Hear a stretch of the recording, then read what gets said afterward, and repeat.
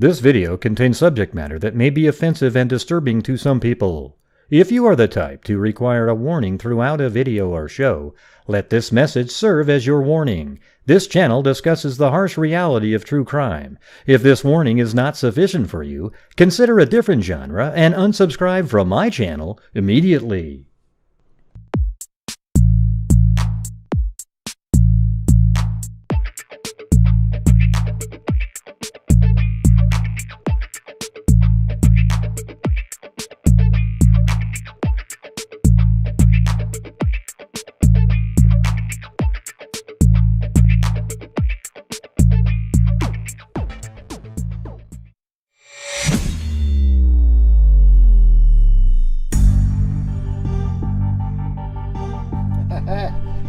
What's going on, freaks?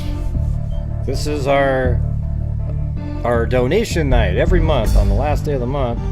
We do for the first hour. There's one last push for super chats and PayPals or whatever the hell you want to do, and then after that we start sending money out. My goal is to.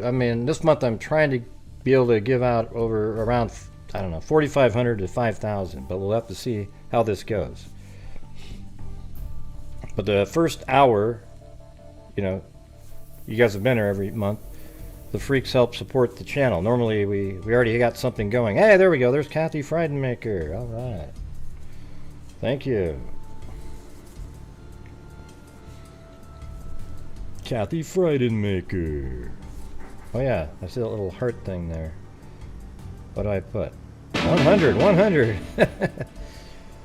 Thank you, Teresa Murray.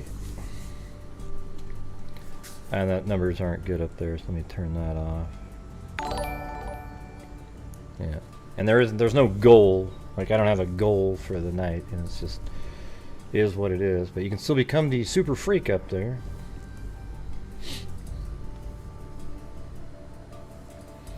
Thanks, Linda Howell and KK.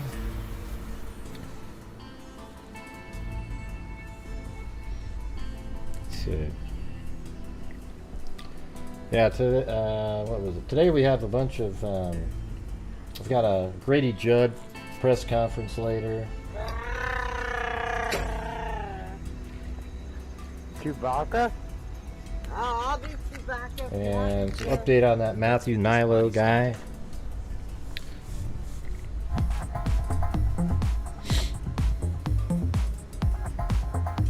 Well, there isn't a goal. It's just, normally on donation night, the freaks are, it's like, I don't know, 1,000 to 1,400 or something like that. But you gotta, then you realize YouTube takes their chunk, and then,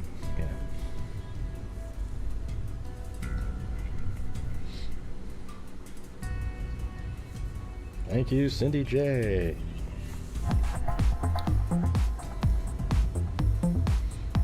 So at 6:30 we'll do something else. That's when we'll give away the money, and also start looking at some couple stories here.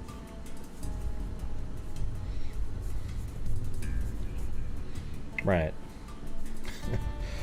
But like I say, normally on these nights it starts off quicker, so I get always nervous. But last two times it was slower, and then it got quicker later. So I'm not sure, how to be. It used to just be kind of, we started the first hour. It was really easy, sort of. Thank you, Allie Cake. And they've been out working on in the garage again. It was really loud all day. We did the first Johnny Depp day. It seemed like it went pretty good. Thanks, Allie Cake and your Gypsy.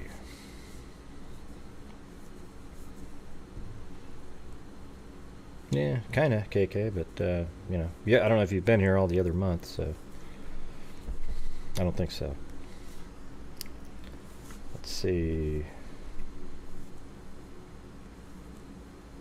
Yeah, what's going on, Jen H?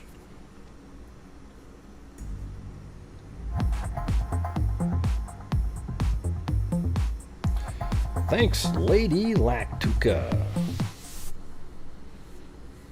Happy donation night. Thanks for all your hard work, Greg. Yeah, I mean, I'm working double hard. Like 2 different shows, and it's not double the, return. It's just a little bit more than normal. So it's a lot of extra work I'm doing.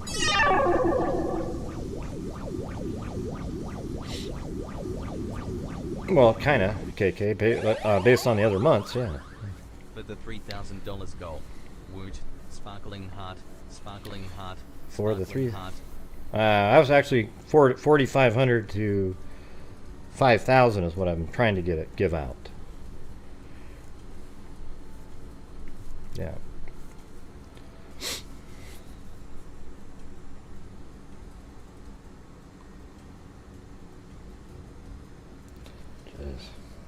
Always some crazy comments by people, just ridiculous. Let's see. I'm just telling you the reality of it. Yeah. Let's see. Okay. Great day. Wait, did I do the... I think I put the... Can I put people's comments on there? Oh, there you go. Hope all you freaks are having a great day. Great to see all you here.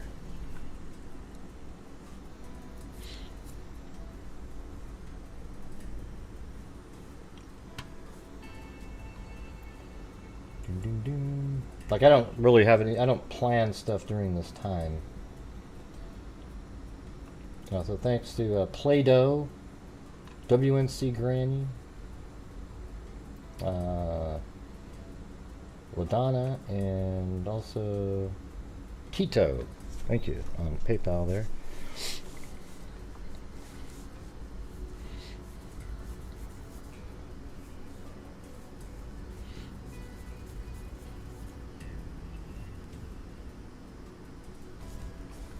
Let's see.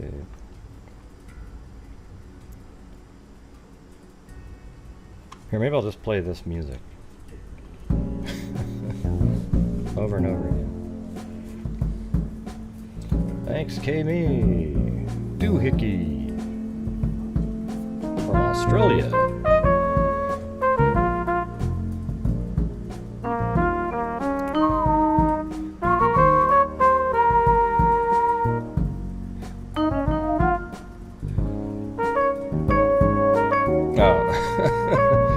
Thanks, Lady Lactuca. Again. And Paulette Leonard. On PayPal.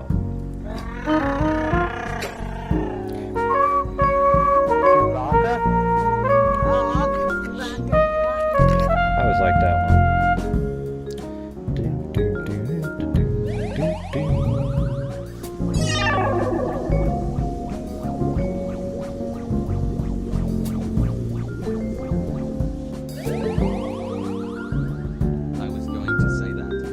Yeah, so this month we have we added 3 new DNA cases. 3 new DNA cases we just added. So this is the night that kind of, throughout the month, if there's any bad nights, it sort of makes up for those and allows a bigger number.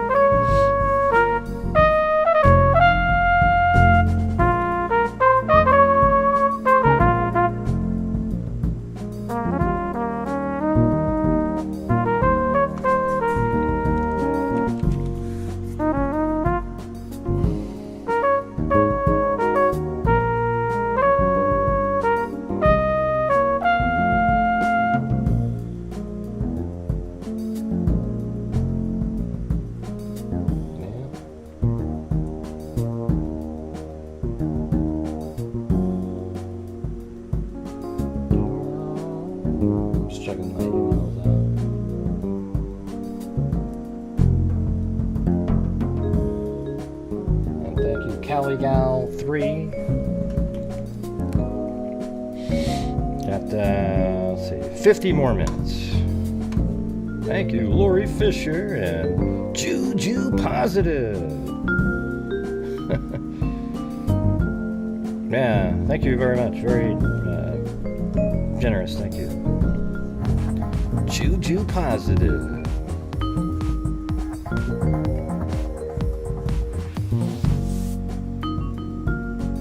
Happy to donate. Oh, there it is.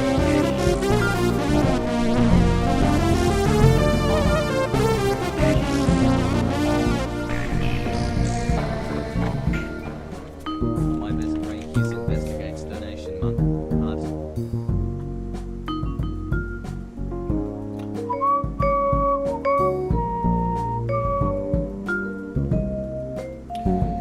Thank you, Renee. And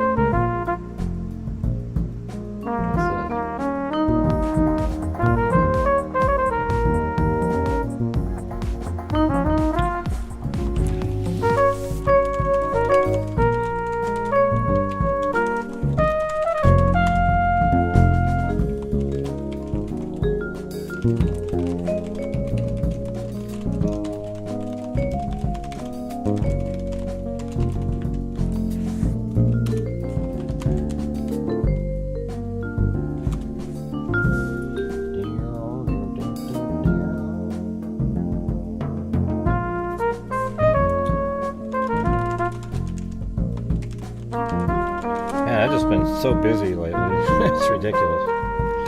Thank you, CaliGal3. Chewbacca? I'll do Chewbacca. Back if you want me to be. Yeah, I've just been so busy. You know, they got the construction going on.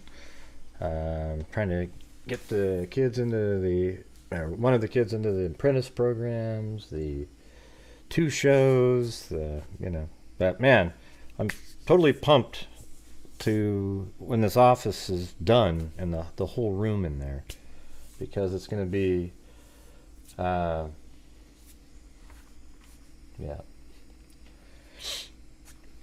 Let's see. Yeah, I mean, they've got the Ethernet, the female ends that come out of the wall where you just put in the Ethernet and you're connected to the internet. And it's going to have, the internet box, the router, I guess, up in there. I don't know. It just seems like it's going to be pretty cool. It's been so long. It's just been a nightmare just having this office in the living room for so many years. It's just, I definitely won't miss it whatsoever. I can tell you that. It's just, yeah, the living room isn't really enjoyable, to be honest with you. So we'll see how it goes. All right, so we got another, let's see, 37 minutes left, I guess.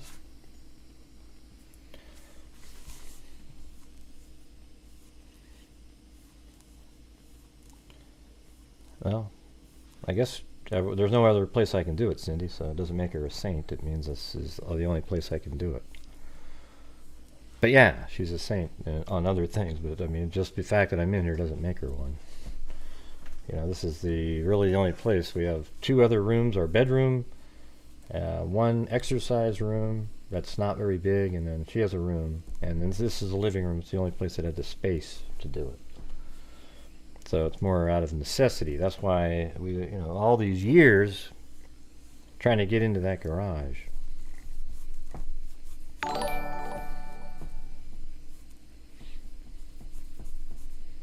So, my goal is to be able to donate 5,000, but 4,500 is probably, that's what we'll be if we're at where we're at now. I was just basing it on our normal nights. Let's see, let me get that going.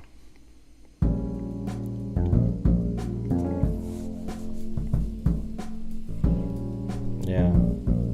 It's going to has a laundry room, a small bathroom, full bathroom, and a kind of a big office. No, we're way more than 500 short. We're normally on, I mean, I always feel weird saying it, but like on a normal night like this, our donation nights, it usually, we bring in anywhere between like 1,200 and 17, you know, like sometime, one night it was like 2,000 one month. Tonight we're at 200 and something. So I'm just telling you that's where the difference is. Normally at the beginning of the shows, that's when it's kind of busy. And then it sort of tapers off, but that's not what this is. So I'm not sure what the difference is this month, but it is what it is, right? Thanks, Yaya.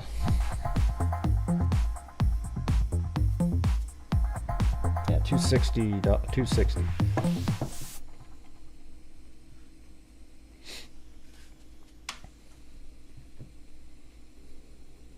Thank you again, Georgina Stoliker. Also, yeah, that might be the taco stomp right there.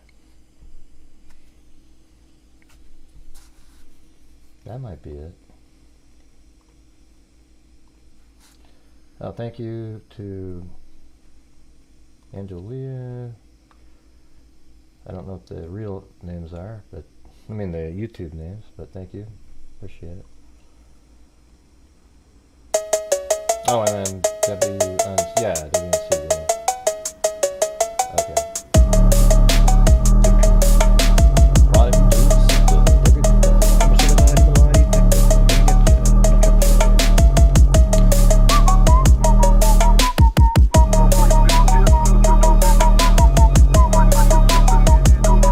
Oh, actually, now we got 43 minutes left.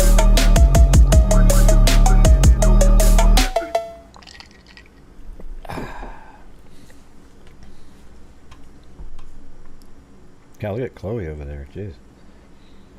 Chloe!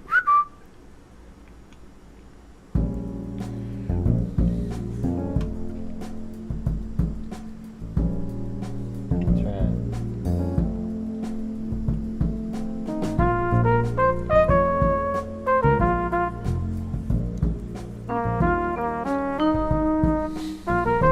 Yeah, she's just... What are you doing, Chloe?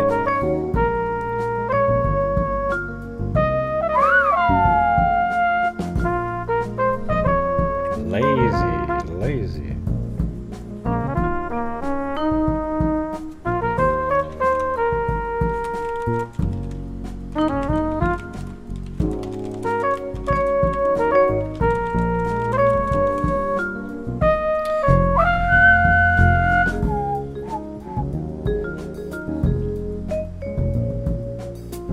Yeah. Look at her.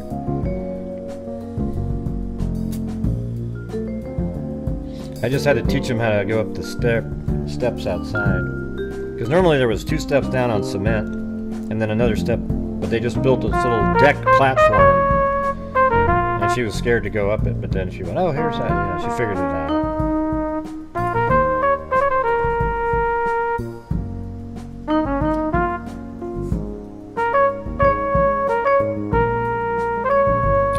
Don't have a way to turn it down.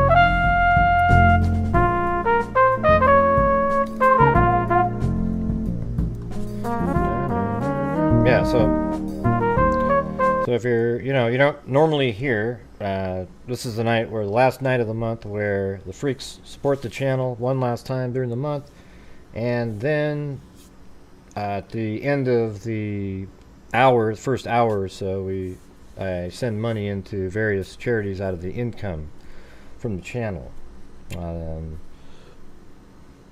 So if you'd like to help support the channel, there you can do PayPals or send in super chats. But currently we're at about 1/5 of what we normally do on a donation night. Let's see. Appreciate each and every one of you being here, supporting the channel. Yep.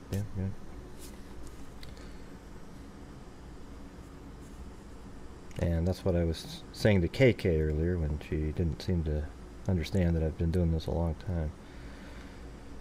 Yeah, gotta kind of fit that in there. So as you can see right there, we have 3 names. We've got two or three cases that we don't get to say the name of the people that we've identified. The families didn't want it. So at least they got it back.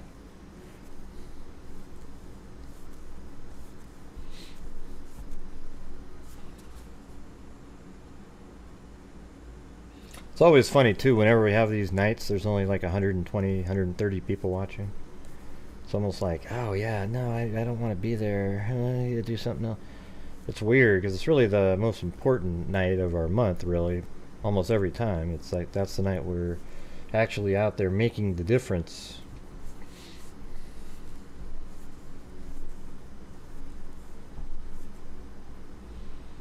Poor Chloe.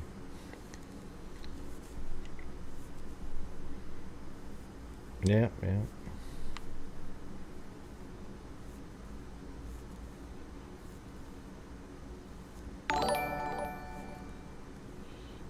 $32 months, all right.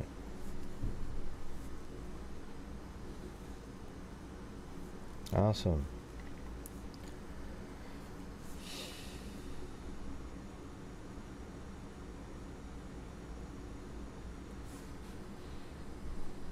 Let's see.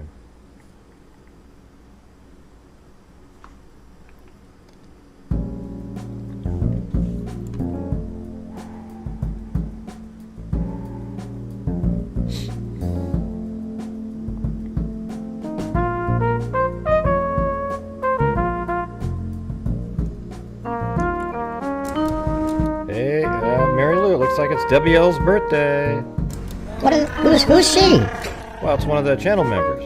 Oh, I've never heard of her before. She never says anything to me.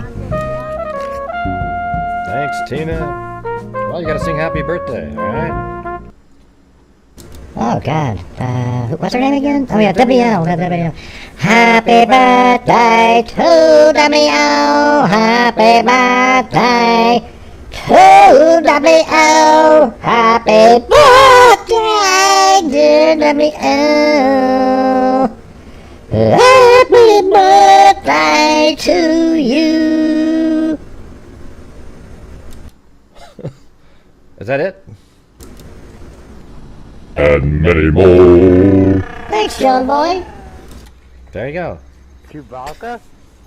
Oh, I'll be Chewbacca if you Hey, want thank to. you to Tina Susik, Paul Ayers, Tony Egenwa, Rage Quit. I'm about to rage quit.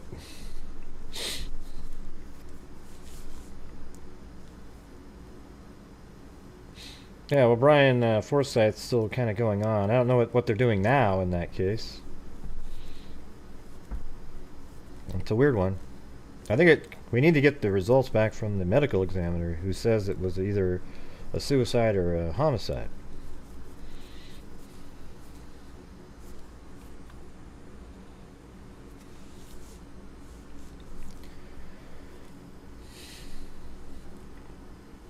So.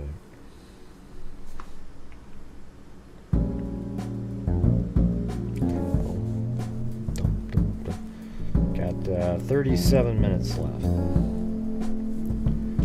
Thank you, Elaine Tolling. Good night. Oh, that's right over there. It's like 1 in the morning, right? Thanks, Kathy Chapin.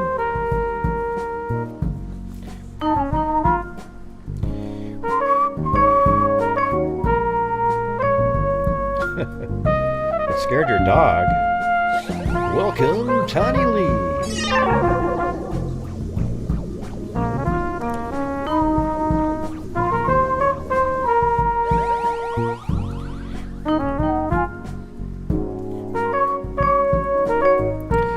Yeah, like just doing the case of the Delphi night was double.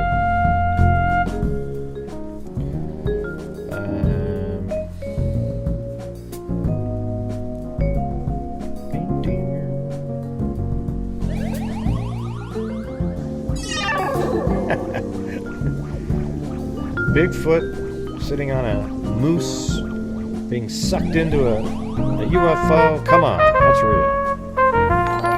Oh, by the way, I have a new emoji down there.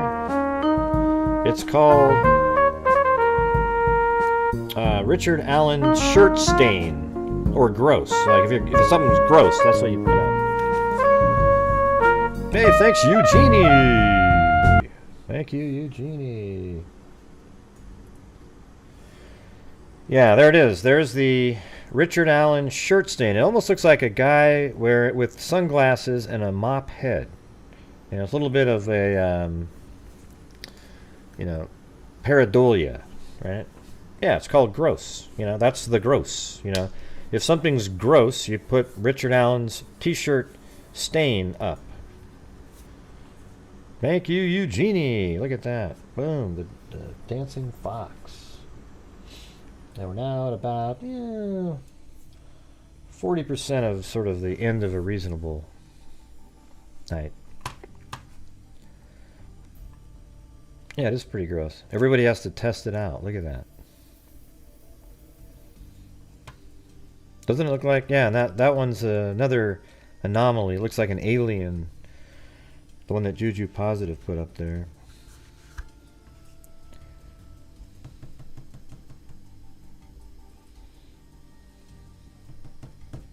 Yeah. So if something's gross, you just put up that picture.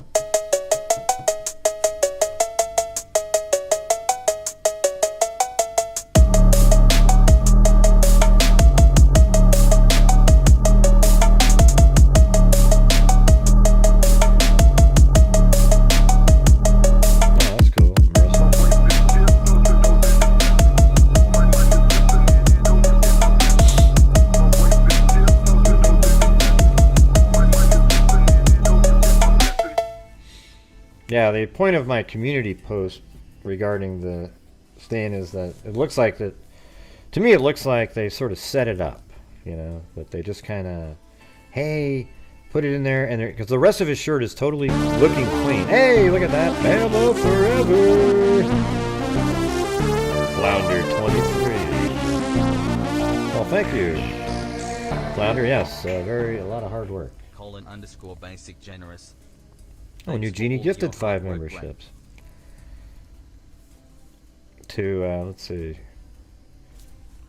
And thank you so much, Bama Forever. Hey, Bama Forever, what is going on with the, like, Summer Wells? It seems like everybody's in this weird... I can't even understand what's going on. There's, like, this drama stuff going on, and I try to listen, but I can't figure it out. I have no idea. I don't know if you're following it either, but I can't.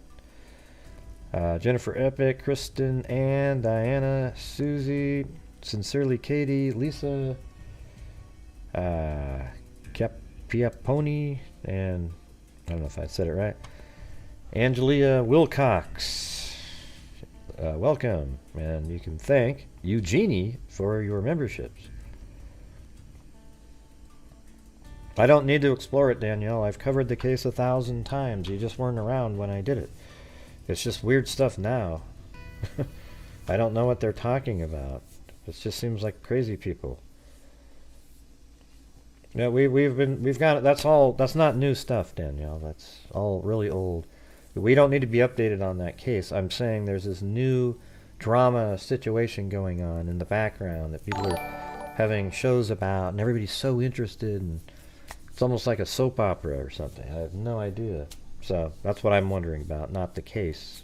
We covered it all the way up until there was no more to cover, and that's it. I think my speculation is that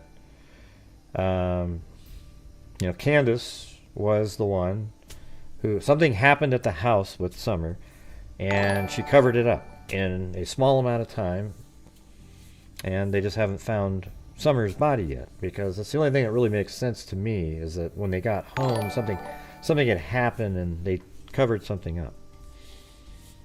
Okay, that's just my speculation. Just like in the Idaho 4 case, I had speculation that, I thought maybe the boyfriend of, I didn't use his name or anything like that, but I thought the boyfriend of one of the victims was part of what happened. I mean, they made a point of putting up all of the phone call. Hey, thanks, Kit Kat. Appreciate it. And also thank you to K-Me. Yeah, they made it a point of pointing out those phone calls that were made. Didn't you think? Isn't that weird? I mean, why tell us that there was those phone calls made if they weren't sort of wondering about that themselves? So that's the thing, but I have no idea what was going on, who did what in that case. But I think it's okay to speculate as long as you don't outright accuse somebody. Like, they did this. You know, you can say, I think this may have happened, or this may have happened. Before the 4th, woman shrugging, dynamite, USA. Maybe lots of people out of town. Yeah, probably. Maybe, something like that.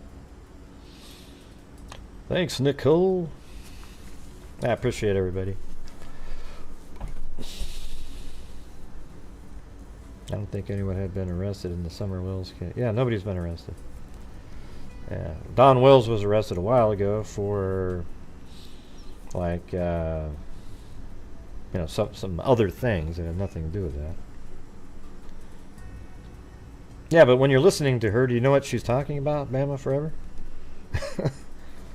Because I have no clue. I sat there and I was like, I don't even know what this is. I don't know anybody that they're talking about.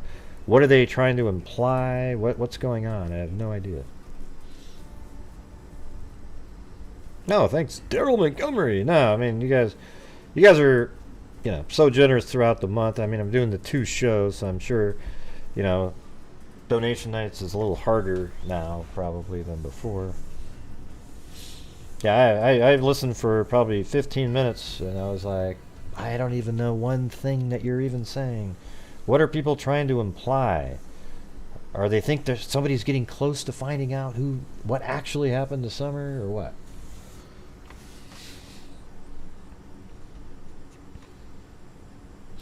Got 28 more minutes. And right now we're at 60% of a sort of the low end of a normal, so that's not terrible, I guess.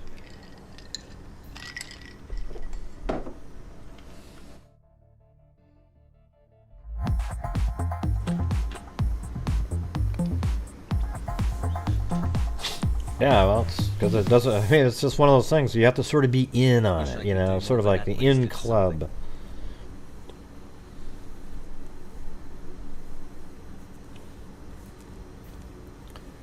Yeah, I haven't seen any of those explaining.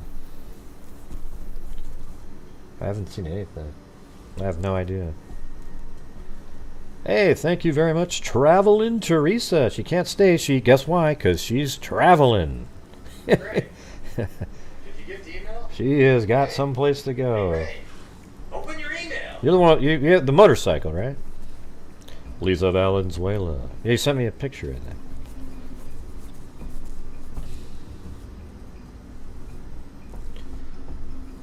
Ding ding ding ding ding ding ding ding ding ding ding ding ding ding ding ding ding ding ding.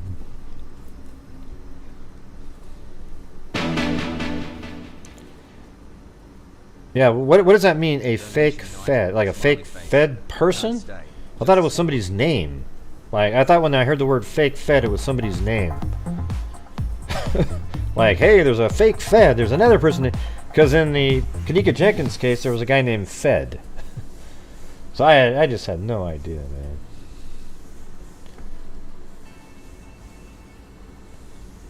Maybe one of these days we should just do a reset of Summerwell's, the stuff that actually matters. You know, all this other stuff is just so, I don't know.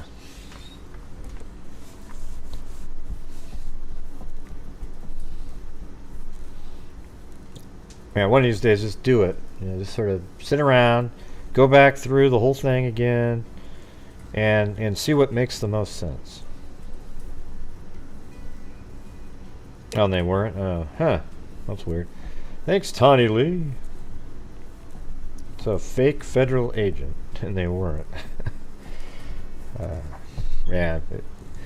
Listen, doesn't it just sound like this is all just crazy shit? Really? I mean, yeah, there's no information, so then there's this wild story going I'll on. be back if you want me to.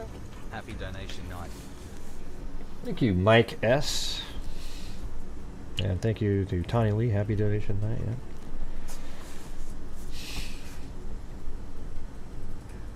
I mean, this sounds like the kind of stuff that shows up when there's people need to make stuff up to have a story. Oh, you agree with me all the time, LM. Come on, just be honest. There's very few times that you don't, but you exacerbate the times that you don't.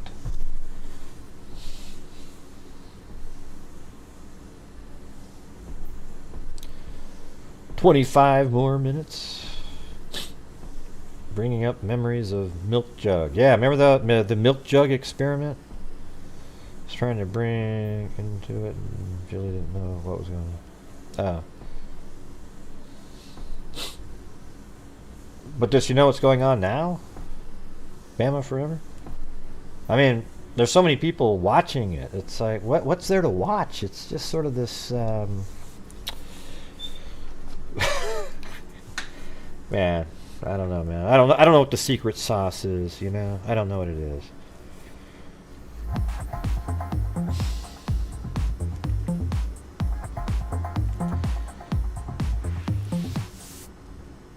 Yeah, I mean, Summer Wells is, you know, I have the whole everything mapped out, the whole timeline. You know, Summer comes home. I think they brought in the groceries. Then at some point, you know, Summer goes out to help with this little tiny little garden thing with the grandma and Candace. And they were there, and then I think it was and then, you know, Candace helped out with her hip or something because they were at the hospital earlier in the day. Well, then Summer wanted to go back inside, and then Candace said she watched her go in, kind of went near the door, and then told the kids, "Hey, take care." And then maybe she went downstairs, and then she just disappeared off the face of the earth at that point. Is it really? 867-5309? Maybe you can send me an email and explain what the hell it is. I have no idea. Is it other crazy person that she's friends with still doing YouTube?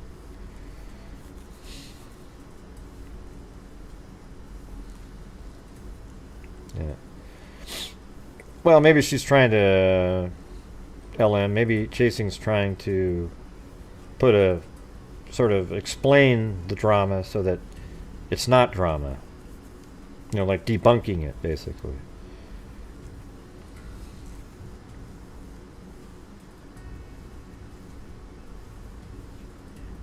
Oh, really? So it isn't anything to do with Summer Wells. Okay. Huh.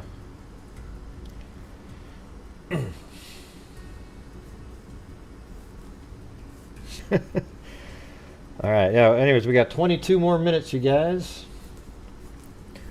This is donation night. If you guys want to help support the channel in the last 22 minutes before we do it. Looks like Lillian was on PayPal there. Thank you.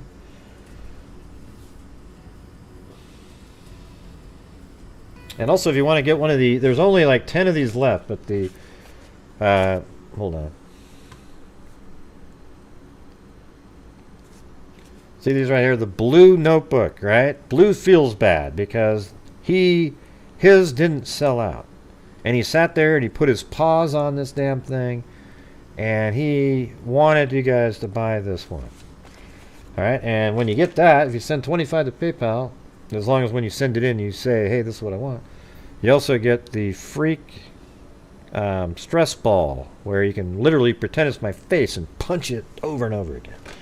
And then there's blue pens that come with it that say, you know, GHI on it and so forth. So there you go. And then Chloe's going to be next. But man, do we even do Chloe? I don't want to have a whole nother box of, you know, like 20 or 10 or 15 books sitting around, notebooks. I guess I can use them to give them away. Yeah. Yeah, if you send in $38, probably if you send in 35 Canadian, it would sort of be worth it, but barely, you know? That's the crazy part. Or especially, like, if you're sending it to the Netherlands or something. It's, man, that costs, like, the shipping cost there is like 22 or something. And that means there's a negative, like, money on the whole process.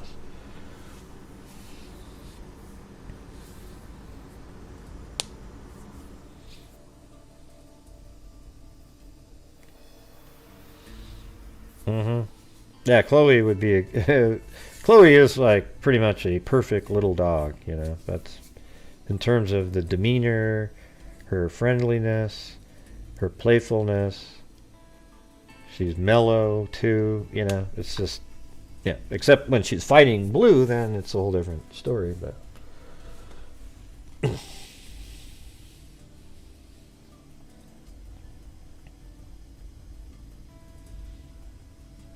yeah, we're at we got 20 minutes left of this part.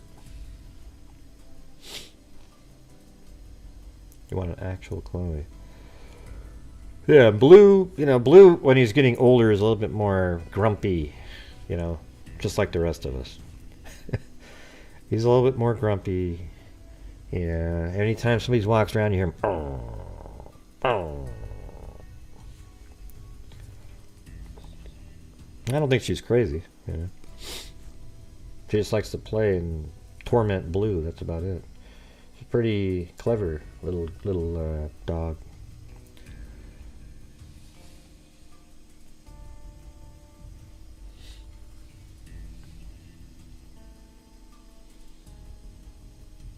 No, he's just laying over there, pretty far away. But she is kind of a little bit crazy. Yeah, I mean, I guess sometimes Chloe is a little bit crazy. She always twirls. You're just standing there and you say something, she just spins around for no reason.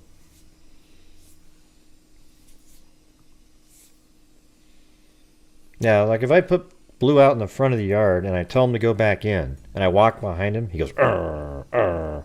And then what I do is I'll tap him on the butt with my foot, and then he's like, ah! I do the same thing Chloe does, try to make him a little, you know, like he's just walking, and he's like, oh, you're making me go in. Mm-hmm.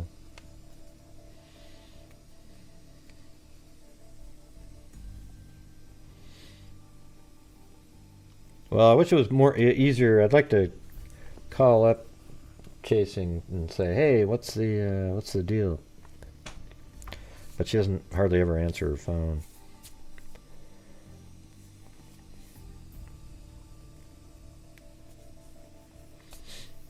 Right now we're at about 60% of a normal donation night, so it looks like we're not going to be able to hit the 5,000, but I'm definitely going to do 4,500.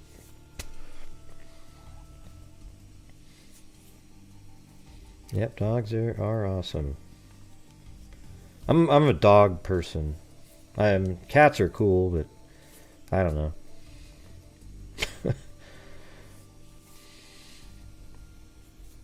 Or are they? Yeah, we need a wave coming in here in the last 17 minutes.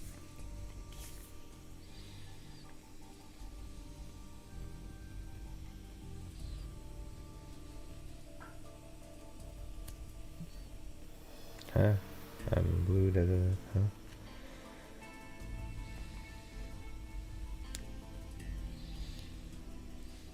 Well, crows are smarter than dogs and cats and almost every living animal other than humans, and maybe dolphins.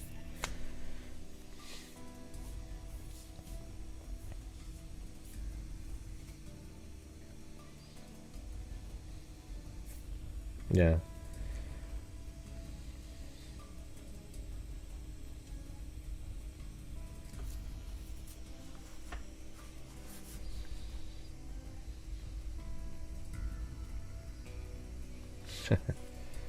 Yeah.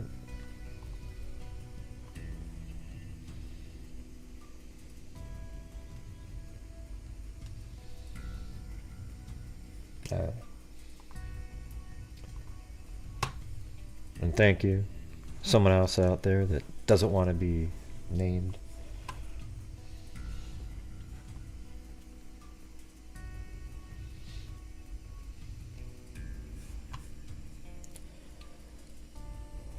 Cool bird. I mean, I've told you guys about the crows, how smart they are. I mean, they're really actually thinking and working through things. Well, thanks, Bama Forever. Well, you're awesome yourself. I mean, you're so generous and very, kind person in our emails and stuff like that.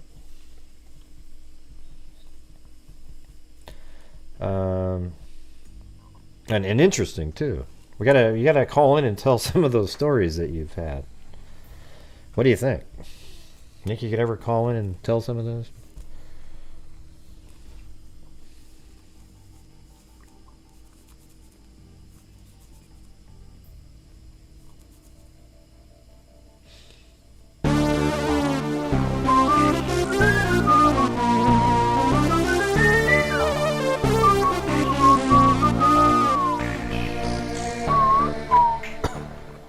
Because you are awesome, zany face.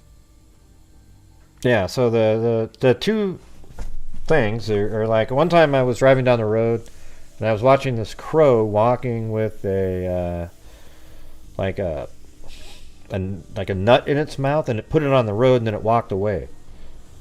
And it was waiting for cars to crush the walnut. I mean, just that alone is pretty weird. I mean, that's high level thinking right there. Well, if I put it on the road, a car will run over it and crush the walnut, and then I can eat the seeds that are inside. However, it was more than that. The crow put the walnut where the tires would go. They didn't put it in the middle of the road, some random spot. They put it right exactly where tires run over it, as if they had watched and went, okay, yeah, I got to put it right there. Okay, so that's weird. And then the other one, there you can watch the video on YouTube, is the one where there's a beaker, and inside the beaker is... Yeah, that'd be cool, Bama Forever. Yeah, we should do it. There's like a beaker and a bucket, a little tiny miniature bucket in the beaker, and it had some food in it for the crow, right? So the crow... And they provide a little, like a straightened out paper clip, let's say. It was sitting right next to the beaker. And so first the crow took the little wire and he tried to poke the mealworm. That's right, it was a mealworm in the little bucket. Are you guys following me here? So there's a beaker, a bucket with a handle, and there's a mealworm inside the little bucket in the beaker. So it sits there with its head and it pokes the mealworm with the wire, but it couldn't get it enough. He couldn't get it, so he was like, ah, shit, what do I do? He kept trying to do it. And then it realized, and what it did was it took the wire out, it put the wire next to the base of the beaker, and then bent it around the beaker and created a hook out of it, then put it in and pulled out the bucket by its handle. You don't think that is just nuts right there? See, that is higher thinking than almost any other animal out there. To think, wow, I need to make a hook to grab that one part there. Yeah, go watch the video on it. It really happened. And that's why you need to be a little bit scared of crows sometimes.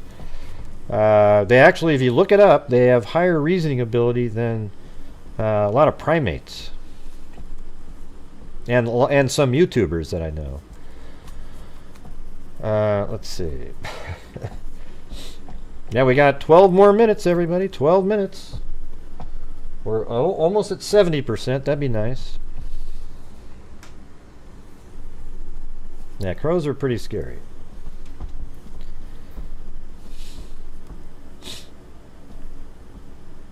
Yeah, they do stuff like that. Yeah, exactly. They put stones in there to raise the floating item until it comes to the top. That's just absolutely nuts. I've seen that too. But fashioning a tool was more impressive than floating something to the surface. Thank you, Gene Darcy. On our way.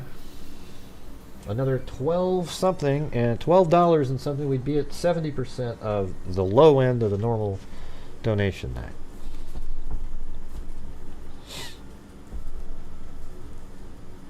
Yep, eagles are cool, but they're not smart.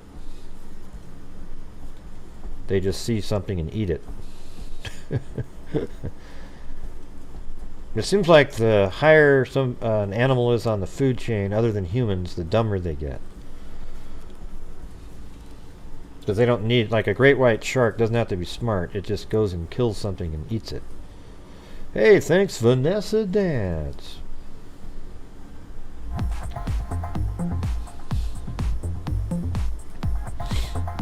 Well, your dog's cool. I wish it would be cool if Roseanne and Chloe hung out for a day. I mean, those guys would just be like nuts, I think.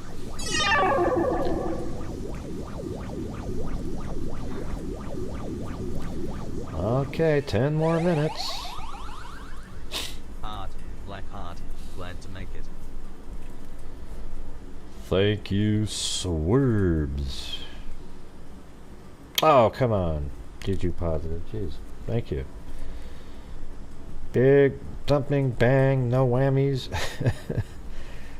Thanks, Swerves and Juju positive. Yeah, I think I got us up to 86% of the.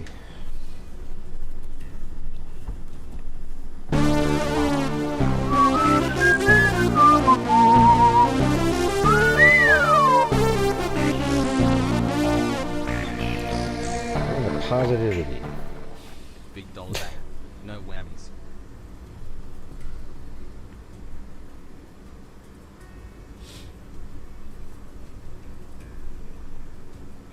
Yeah, 86% of the low end. It's not too bad.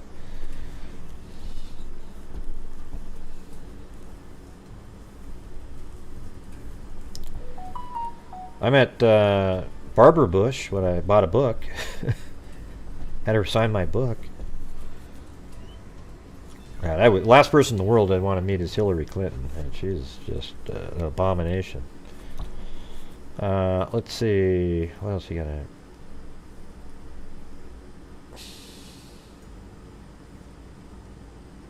God, you worshipped Hillary Clinton? Jesus, that's scary. Hey, thanks, K-Me.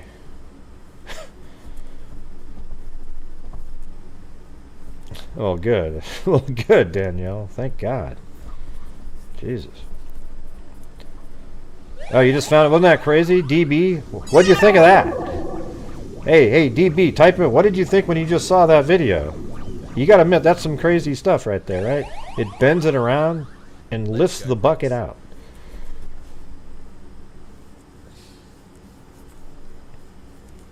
I don't know if it was I think it was Laura Bush is the one I met. Sorry.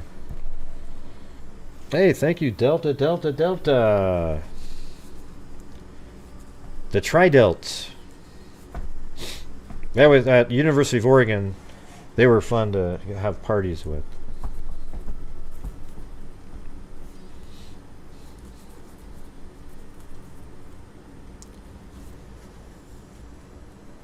And thank you up there to K-Me. Let's go, freaks, she said. Almost at 90%. Almost. Not too bad, not too bad.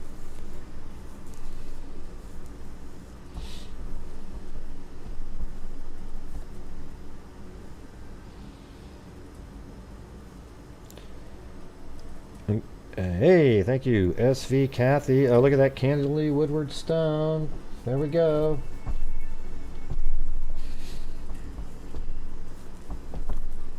Ding, ding, ding, ding.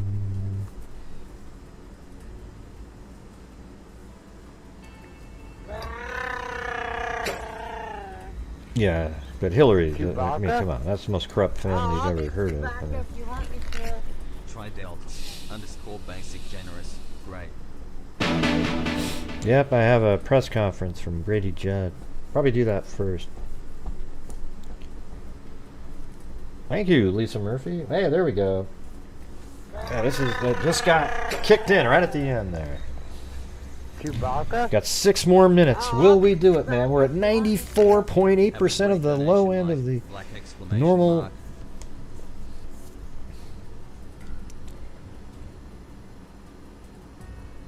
Yeah, they don't. They'd have to be putting hits out on the entire world. Almost missed it. KK. Make some Okay. ocean wave. Thanks, Lane S.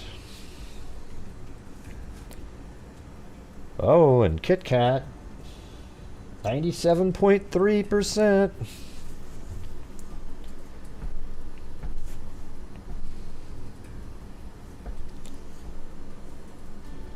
Do your research on Hillary email situation. Yeah. Wait, did you Oh yeah, you sent me an email. Okay. Hey, thanks, Chives. No, you're not late. We got 5 more minutes. And it wouldn't matter even if it wasn't 5 more minutes. It's still all part of the same thing.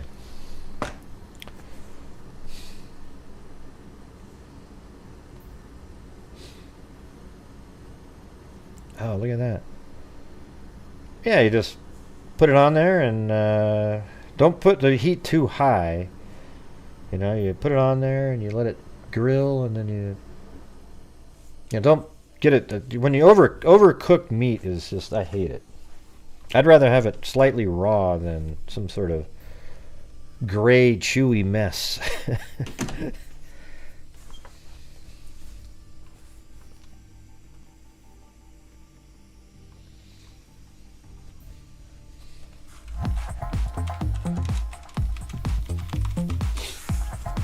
Well, Juju, you'll have to send me. I'll have to send you something else, another item of some sort. Yeah, let's see. I'm tired of it, 10 down, 15 Oh, on I hear 15. Do I hear 10? Do I hear 10? Do I hear 5, 5, 5? Hey, Georgina Stoliker. Georgina Stoliker. 30. You want to put 30, sir? 25, and you're out. Oh, Lane Doom, Lane Doom. Do I hear Lane Doom? 5, 5, 5, 10. I'm tired of it, 10.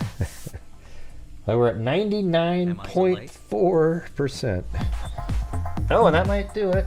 Oh, wait. 99.95%. Oh, there we go. Brown-eyed girl threw us over there. Very cool. 3 more minutes.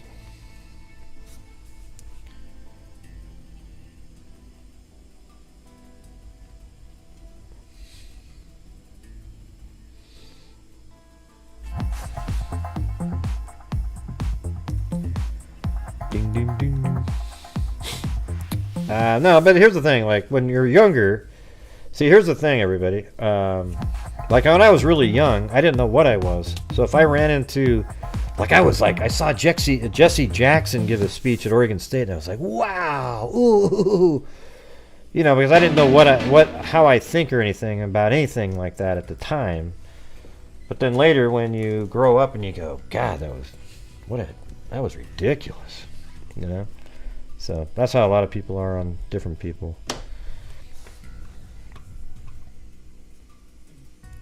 Thank you, Brown-Eyed Girl and Robin. All right, 2 more minutes.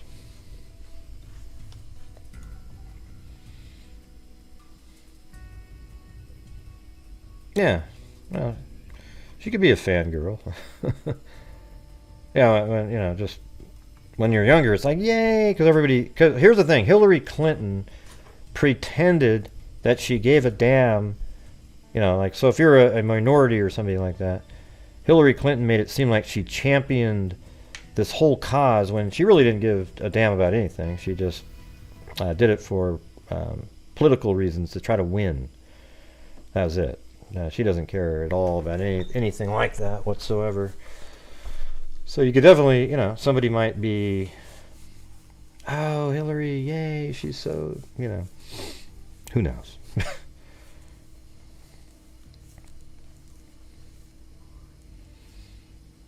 Yeah, everybody does. But the one thing, though, you know, there's only one party that tries to trick minorities into believing they really have their best interest at heart. Okay, and that's a reality. I mean, you can just see it. Picking my, let's see, how far are you from? Oh, I don't know where. Let me see. Where is when? Let me check it out. Wenatchee, Washington. I've heard of it. Wenatchee. Oh, there's one more E in it. Let's see. That's kind of way up there on the eastern. It's about, I don't know, 200 miles probably. No, it's actually in the center of Washington. So it's probably almost like desert here. Similar to Oregon, in central Oregon. If you guys can see on the map, oh, you can't see it, hold on. See right here on the map right here, how it's green over here, and then it turns into this desert. So that's sort of what's interesting about Oregon. Once you get right past here, it's basically kind of a desert with pine trees and whatnot. It's really cool, you know. I mean, that's what it looks like. I mean, you wouldn't guess that at all, but it's they're in the rain shadow. So these mountains over here, you know, the clouds get over here and it rains, and over here, sometimes it's sunny and it's pouring over here. So it's up here in Washington. Kind of near Yakima there. It's from Wenatchee.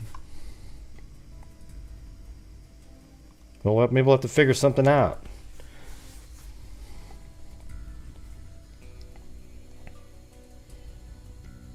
Okay, you guys, guess what? We've just hit 6:30. So now it's time. I think I'm going to try to do the 5,000 anyways. Alright, it's over the 50% by quite a bit of the net revenue, but I'm going to do it anyways. Alright. Why not? And this month I think what I'll do is I'll do like 2,500 to go up to the DNA fund, and then we'll send 2,500 into, you know, I got to get some money back over to Texas EquiSearch, and then maybe do like 750, so 1,000 to Texas EquiSearch, 750 to NCMEC, and then 750 to RAIN maybe, and then sometime next month we'll add in some of the other ones. Because I haven't given them hardly anything in the last couple months. And although, let me think. Which one did we do more recently? Was that NCMEC or?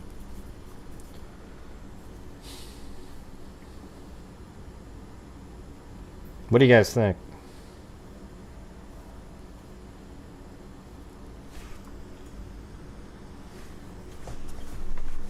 Alright, let's do it. Okay. National NCMEC.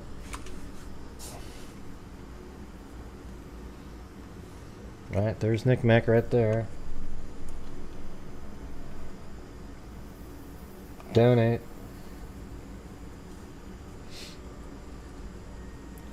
I'll do like Wounded Blue Fund or something in the middle of next month. Because I was just thinking I haven't given them in a long time. So 750.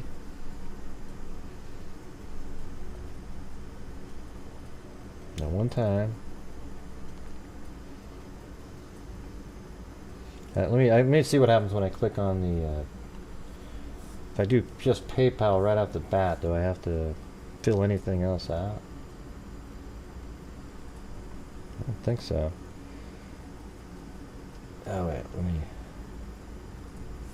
Okay, I don't want to do that little fee there.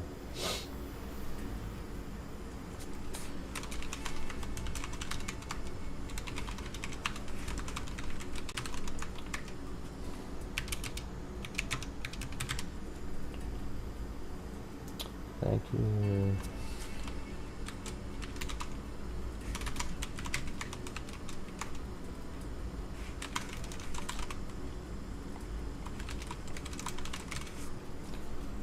Okay.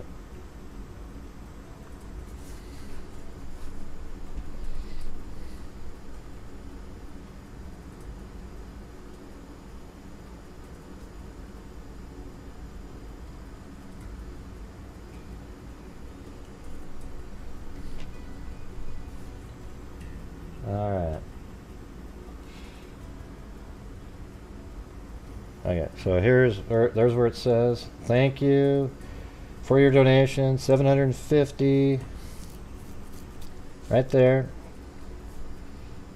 And then I should be getting an email too. So there you saw it. You saw NCMEC right there for 750. So somebody, can you keep track of what we're doing here? Write it down somewhere and then just put it in the chat later.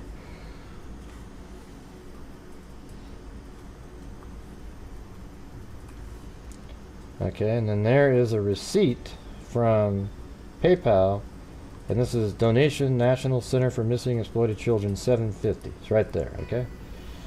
Boom. All right. So all verified right there in front of your face. And then we're going to do, let's see, Texas Search.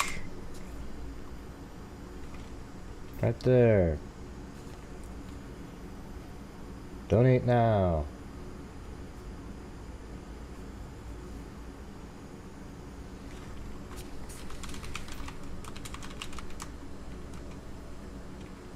That's the same email, so it doesn't really matter if you see it or not.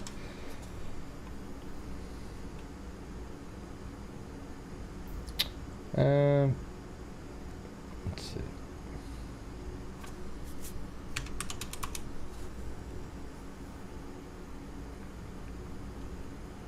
Wait, how do they do it now? Oh, there it is. Donate with PayPal. Okay.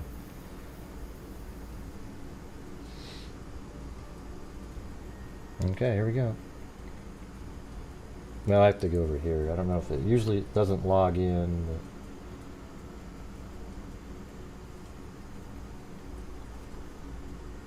But okay, donate with PayPal. Hillary buys her suits from the men's warehouse.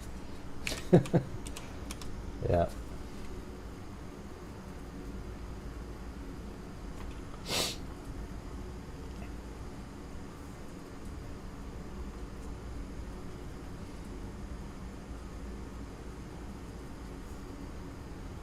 Okay, here we go.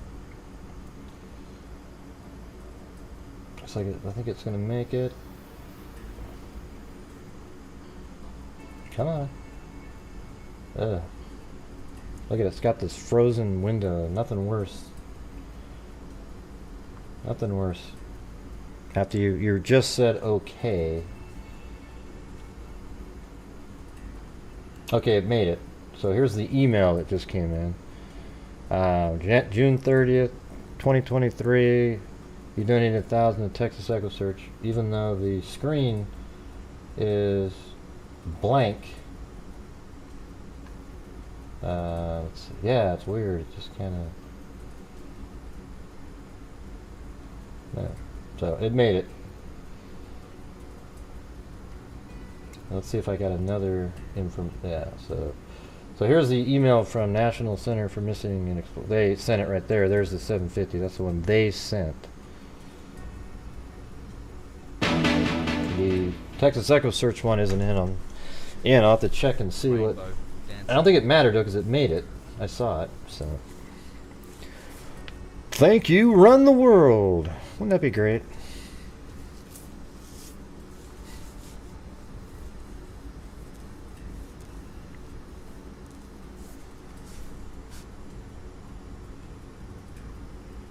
Thank you to Just a Friend. Appreciate that. Oh, cool. We'll get you the notebook too.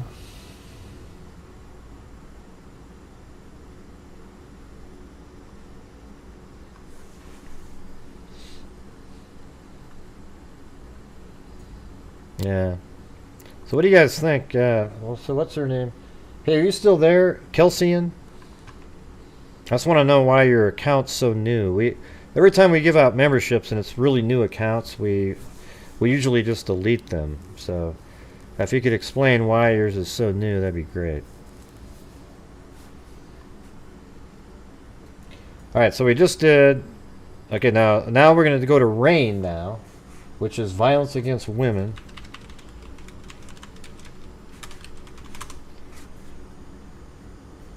And they also they test backlogs of rape kits, and they do all kinds of things. They have a hotline,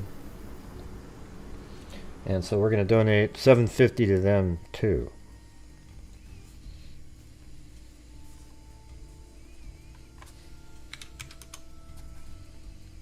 And I'm not going to do the transaction fee. You guys can. And here we go. PayPal, log in.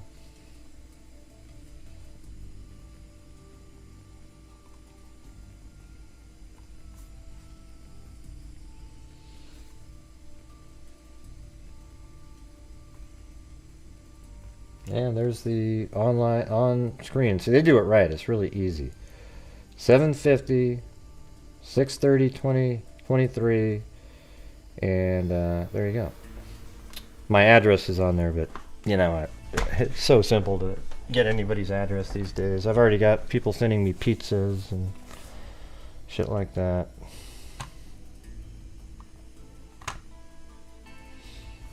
Let's see. So we got that. And then we're going to send $2,500 into the DNA fund again. So I have to do this. So just to explain it to you guys, I have to send a check to the DNA fund. And we just got an update the other day with the last month donation in it. But I have to send a check in because it used to be where they took 6% of the amount we sent in was processing.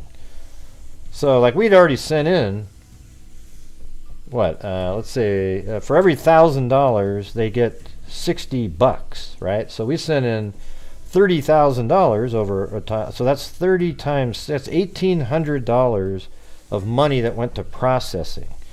So we set something up where I send a check and the entire amount goes into the Identifiers International account, and it's not missing a nickel. So totally worth doing that. So we'll be sending in $2,500, and that would have been like $150 going right to some weird processing situation. You guys hear what I'm saying? All right.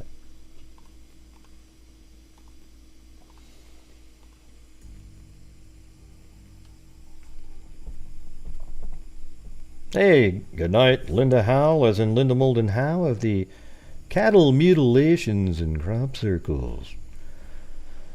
Someone find my comment on your community page about how tacky it is to... Yeah, really? Yeah, well, who cares? How is it tacky to have a goal every night? You sound like an idiot. I think it's like, at least people can see. Before I had a goal, guess what? People send in more, okay? But I have a goal just so that you can, you know, see that there's a goal on the screen, and I know what it takes to support my channel and the charities that we do at the end of each month, okay? I'm not, yeah, so you're gonna have to put that in there again, Chives, because I'm not to that point yet.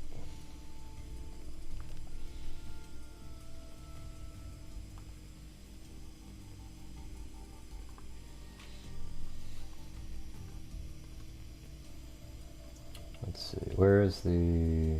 Yeah, so it goes to Intermountain Forensics. And the thing is I like to be transparent. You know, that's where I'm different than other people. Okay. Oh, that's not true, Gray. I remember this one time when... Okay. This goes for Dr. Colleen. Identifinders International.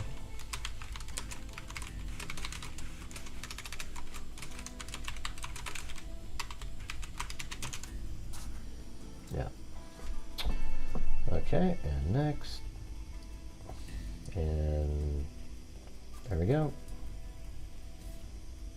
And here we go. So here's the screen. That's just got sent. You scheduled a payment.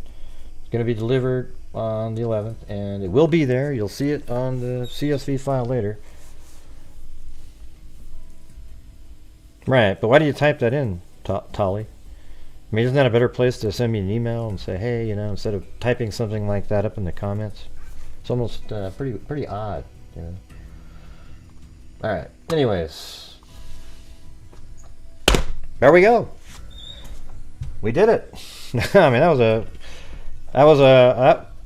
was one of the hardest working months I've had, I would say. You know, 3-4 hour shows in a day, you know, between 2.5 to 4 hour shows in the evening. You know, just work. And you guys are amazing for supporting the channel. And a lot of you, you know, absolutely send in you know, a lot of money of your own. I mean, you know, you stand out, and I really appreciate it.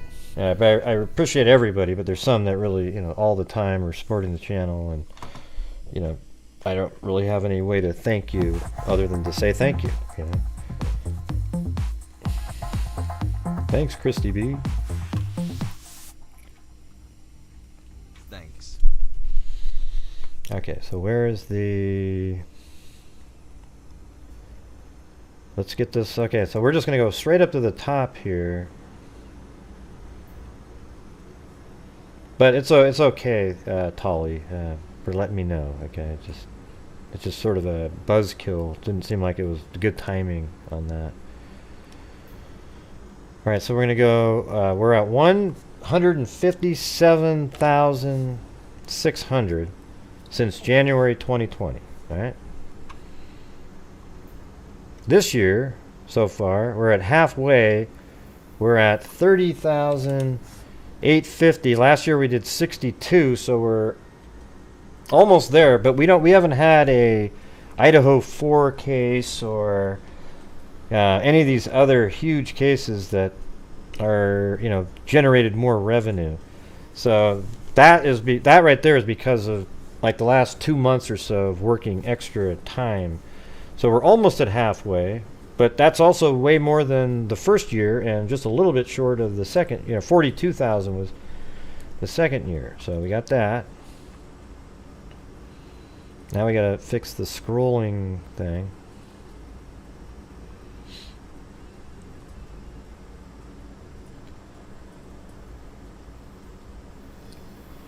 Okay, so it was Texas Equisearch. We gave another 752. Of course, I have these. No, 1,000. Thank God. Jeez. 3850 to Texas. Now they're at 3850 now. And Rain is at 4,250, and Nickmec is at 3750. There we go. All right. A second.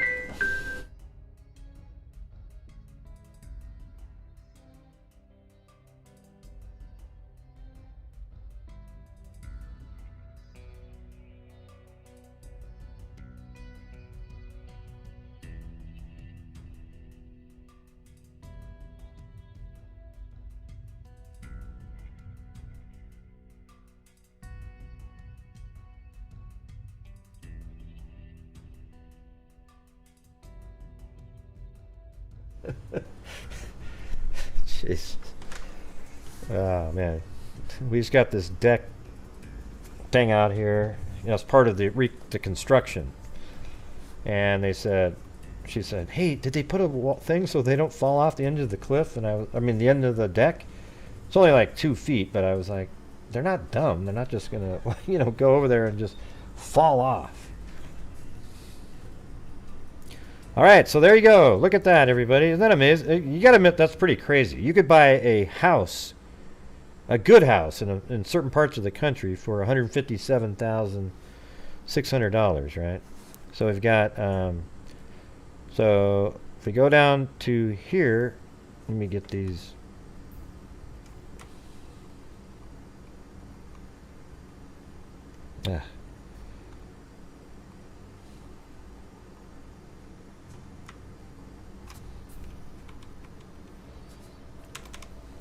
There we go.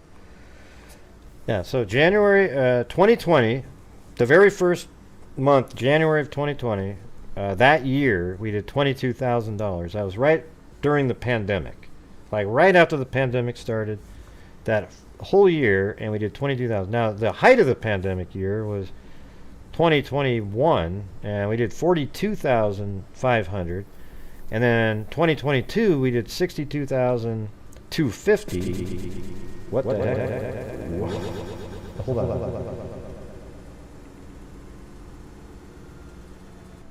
Oh, that was crazy. This voice mod thing took over and started echoing my voice.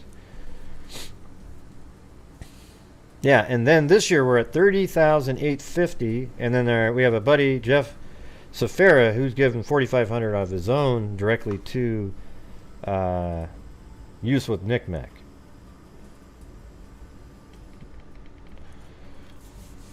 So, boom. Don't you think that's pretty sweet? You know, and you guys are helping support me, and we're able to do this. And and there's YouTube channels out there that when they do their shows, there's way more super chats and stuff coming in. And I tell you what, it would be so cool if everybody was doing that. It'd be amazing, you know. So much more could get done. Because I know for certain that they're absolutely, like Texas Equisearch, they're so thankful, and Knickknack, they actually made a web page just for us. So now it'll be 20,750 on there, or more even. And you know, it's a cool feeling. And then also the DNA fund that we and don't you guys want to know this and be part of it? People act like, well, other people donate, they just don't say anything. Well, I know why they don't say anything, okay? The truth is, if you have a channel and you're donating part of your income, everybody on the channel wants to be part of knowing what's going on with it, all right? And I think over here we've been really transparent, showing every single month exactly what we're doing and everything. All right, here we go. So we're going to do some wheel spins now. Okay. Where is this?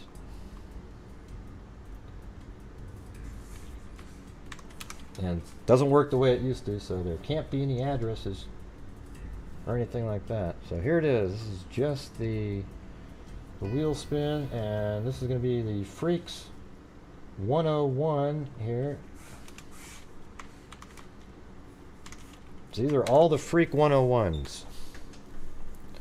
So this one will give away a emoji tumbler and a free cart mug with a sketch. Okay, so here we go. There we go. So the winner wins the emoji tumbler. Susan Swift, wherever you are out there, Susan Swift, you've won it. All right, then we're going to shuffle, and this one's for the... Actually, we'll do a free cart mug with a sketch and a blue notebook. So here's the free cart mug with a sketch. It's got the heart, free cart on it, and I think I'm on the back of it. Oh, look at that. Tania Animus. All right. You've won the free cart mug with a sketch. And this is for the blue notebook.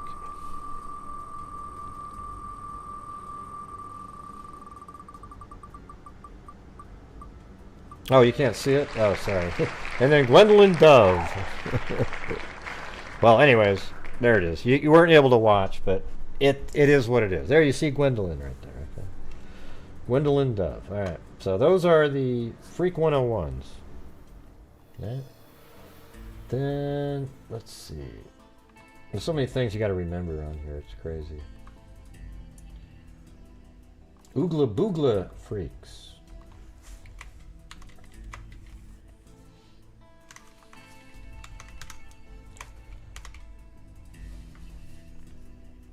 Right, these are Oogla Boogla Freaks. So this one will do a... how about we'll do a tumbler and, let's see, blue notebook, a tumbler, and a hoodie. There we go.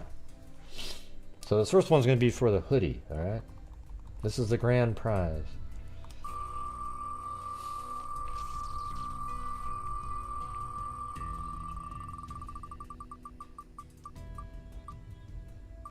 Look at that, it's Alley Cat wins.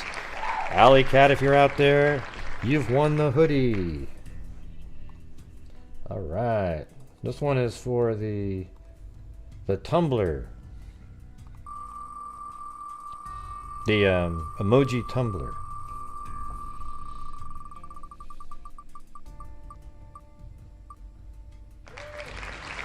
Romeo's Heart. I must not have had the... There was a symbol there that I didn't pick up on. But anyway, Romeo's Heart won that one. Okay, and this one is going to be for the Blue Notebook. Here we go.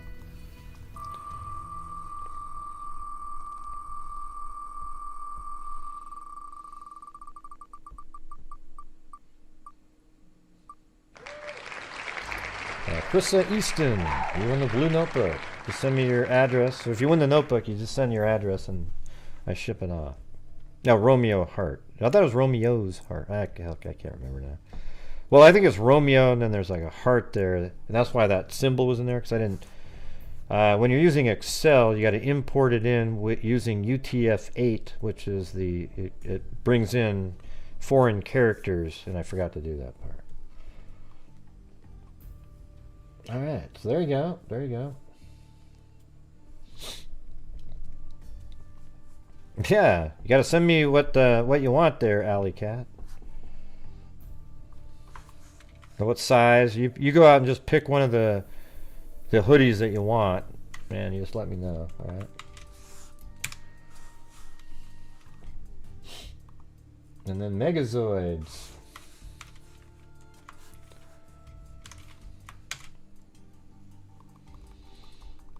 All right, these are the Megazoids. I think we'll do. Let's see.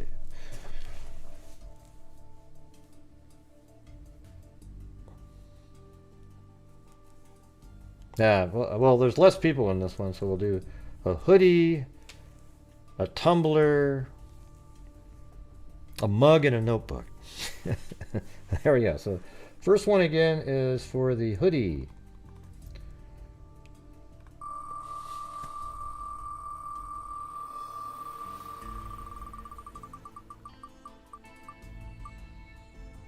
Wow, look at that. It's Simple Life Days. Boom. Okay, this is for the emoji tumbler.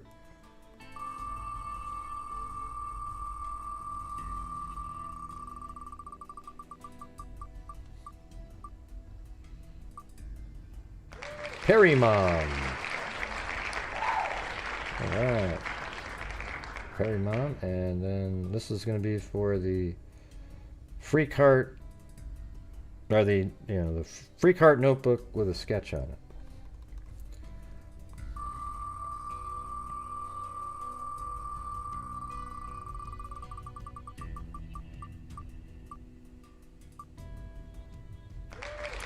Lane S.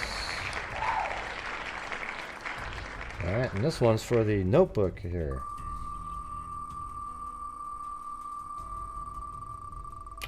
I'm doing that right now, Danielle. What do you mean? G-Bear. All right.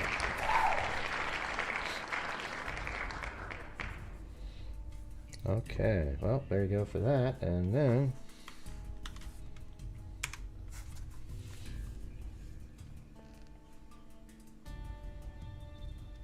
and Patreon.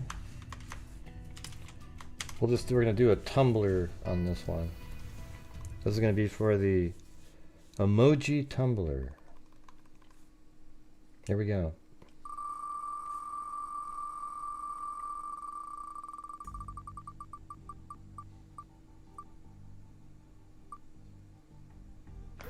Jiggy England. All right. And we'll also do a notebook on here.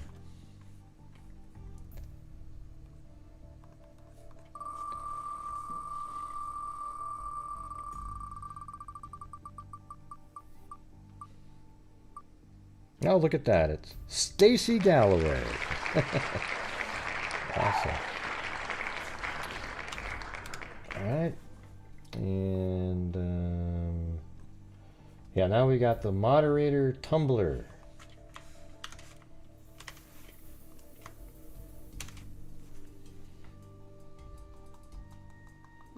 Now, here we go.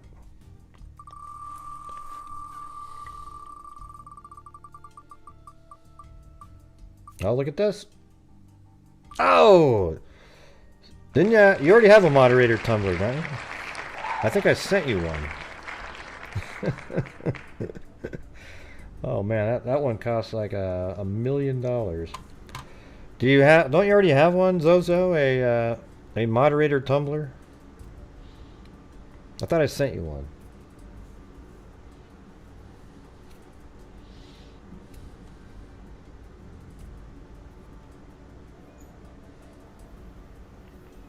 I guess not. Oh yeah. Well, I mean, I sent you one because you know you're helping out all the time. Okay.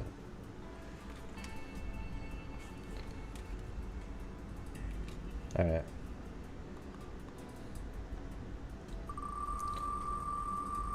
Yeah, hers went all over the world to get to her. I mean, there it is. Look at that. Cheyenne R wins one. Awesome. Okay, well, there you go, everybody. We got through all of the different levels and whatnot.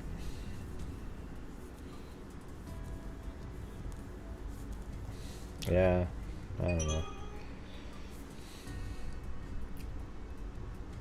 RFK is he's in pretty good shape, though, I'll tell you that. I mean, for a guy that age, I was like, really? Holy shit.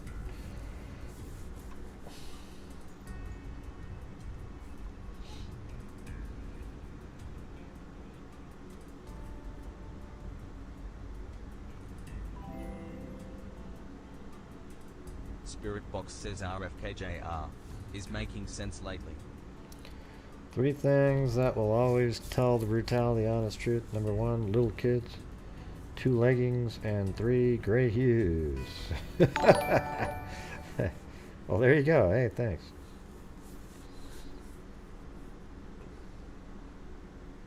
So not a bad month there. 5,000. Pretty good.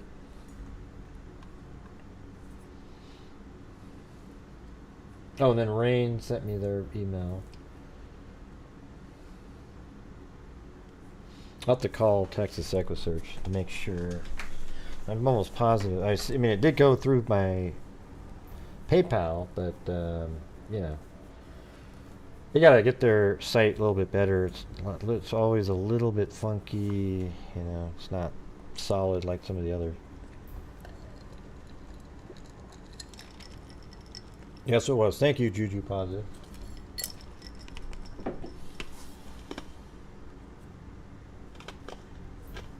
Yeah. All right. Well, you guys ready to watch the Grady Judd press conference?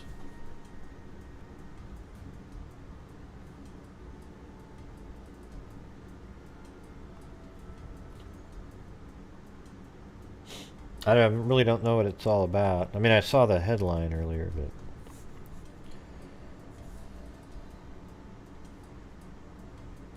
There we go.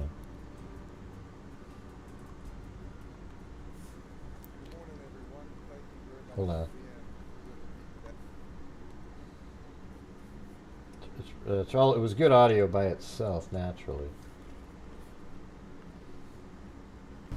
Good morning, everyone. Thank you very much for being with me today.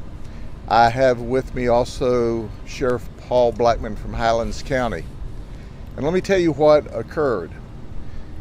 The Highlands County Sheriff's deputies tried to stop a vehicle for running a stop sign on Highway 627 and 17A in Highlands County. The vehicle didn't stop. So they started a pursuit. As the pursuit proceeded toward Polk County, they were just about to cancel the pursuit because they were only pursuing for traffic charges when they received a 911 call from a lady who said she was being held in the car. So they did not disengage. They continued to pursue 11 miles until they got here at 17A or Scenic Highway and T.S. Wilson Road. You can see the orange Nissan that's over my shoulder here, and it was caught up in a high area, high rise, so it lost traction. The pursuit stopped. Of course, Highlands County notified us, and here's what we found out. Raymond Martinez, who's 37 years of age, was the one in the passenger seat. What we believe to be one of our victims, or at least a partial victim, was the driver when the pursuit began. She was not allowed to stop. She was forced to continue to flee from the police. Now understand, as I always tell you, this is very early information, and certainly anything I say here is subject to change as the investigation goes on. But as is our policy, we give you the most information that we have, the quickest that we can. So now Polk deputies have arrived. They were not involved in the initial pursuit, and we're led to believe that there were 3 people in the vehicle. Our white female victim, Raymond Martinez, who is our suspect, and a baby. So our lieutenant arrives along with a lot of staff members, and we began to negotiate with him for his peaceful surrender. He tells us that he's got 2 firearms, 2 handguns with him. And over the next hour and a half, 2 hours, our lieutenant talks to him. He continues to smoke methamphetamine. You know, methamphetamine, that some people want to call a low-level, non-violent drug. Those people are nuts, by the way. He continues to smoke his methamphetamine. Then he wants water. So we said, no problem. Let the baby and the lady out and we'll give you water. He refuses to do that. Then they negotiate and they try to de-escalate and calm him down. Lost traction, the pursuit stopped. Of course, Highlands County notified us, and here's what we found out. Raymond Martinez, who's 37 years of age, was the one in the passenger seat. What we believe to be one of our victims, or at least a partial victim, was the driver when the pursuit began. She was not allowed to stop. She was forced to continue to flee from the police. Now understand, as I always tell you, this is very early information, and certainly anything I say here, yeah, I sent you the Tumblr, is subject to change as the investigation goes on. But as is our policy, we give you the most information that we have, the quickest that we can. So now Polk deputies have arrived. They were not involved in the initial pursuit, and we're led to believe that there were 3 people in the vehicle. Our white female victim, Raymond Martinez, who is our suspect, and a baby.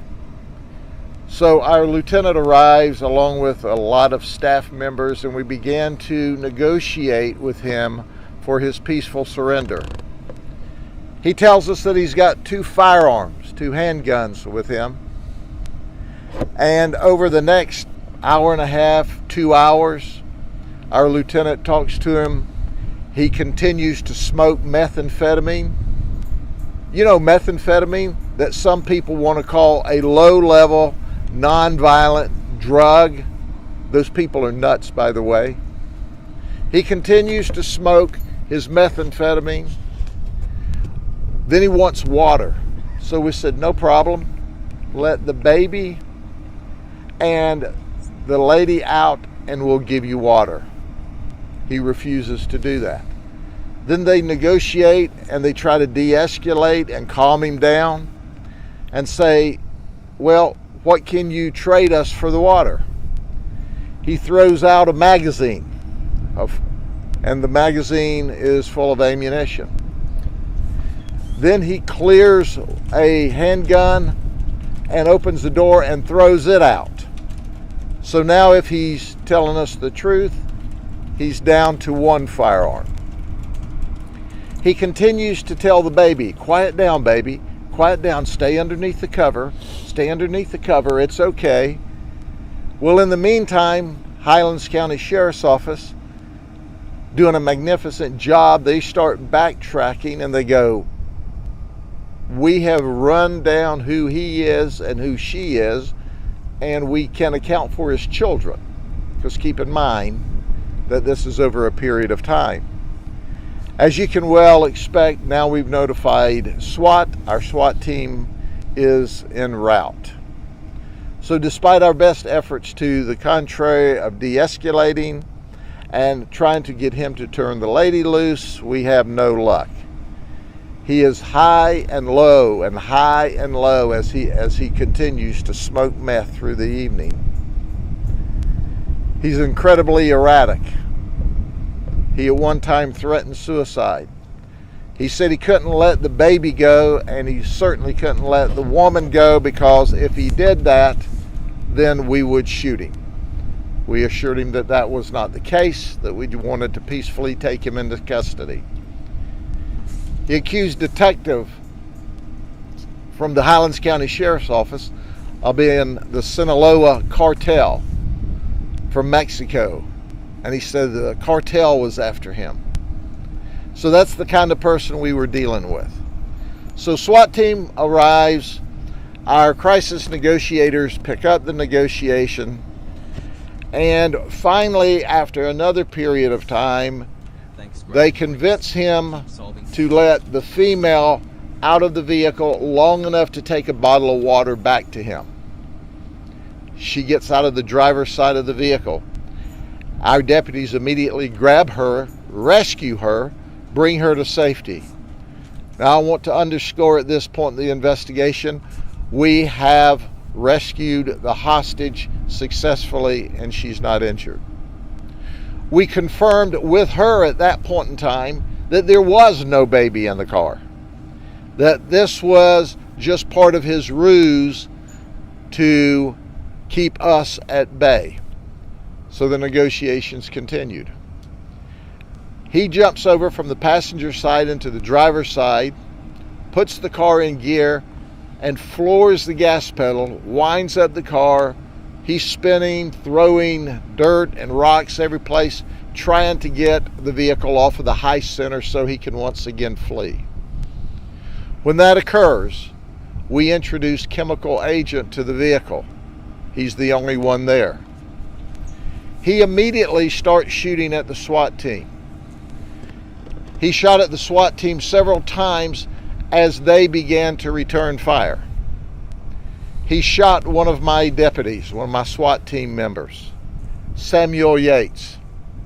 It turns out Samuel shot in the shoulder, and he's got some significant glass in his face from a bullet traveling through the window of this patrol car.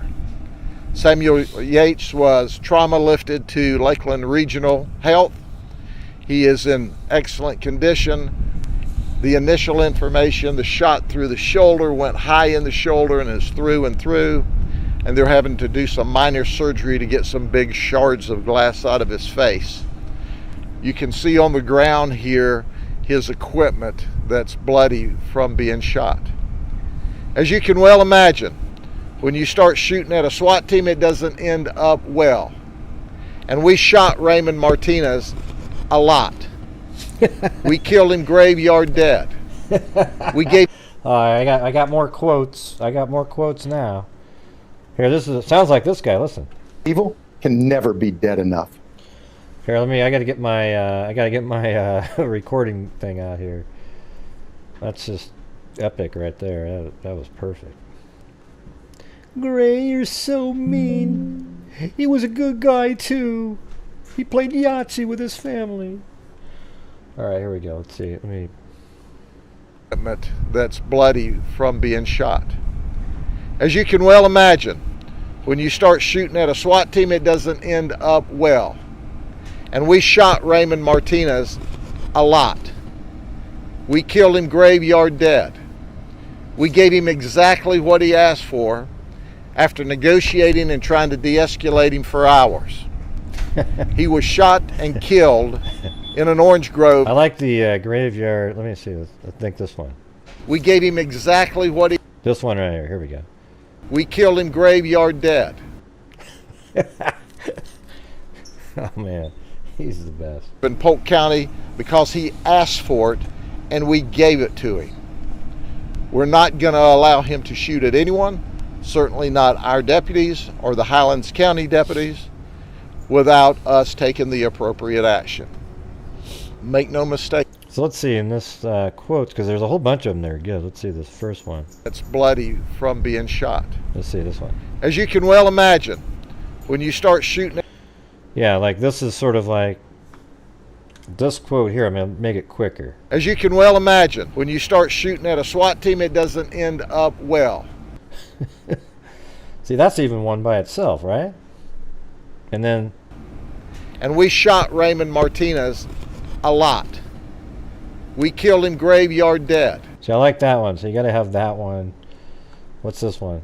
We gave him exactly what he asked for after negotiating and trying to de-escalate him for hours. Okay. Think about it. I think maybe those two. We can't, at this point, even count all the rounds that we shot back at him. But he apparently got off several shots during the beginning of this gunfight. But when you have a gunfight with a SWAT team, you lose every time. That was his last bad decision of the night. The investigation's underway. I gotta get that one too. Jeez, man, there's too many of them. Hold on. Or the Highlands County deputies, without us taking the appropriate action. Make no mistake about it. We can't, at this point, even count all the rounds and they're having to do some minor surgery. Oh wait, hold on. And we shot Raymond Martinez a lot. Okay, we'll pass or that. the Highlands County deputies, without us taking the appropriate action. Make no mistake about it. We can't, at this point, even count all the rounds that we shot back at him. But he apparently got off several shots during the beginning of this gunfight. But when you have a gunfight with a SWAT team, you lose every time. That was his last bad decision of the night. The investigation's underway by our task force shooting team.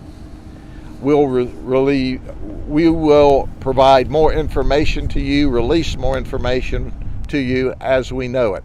That's the initial information. But my friend and colleague, Sheriff Blackman, I'm going to ask him to speak with you.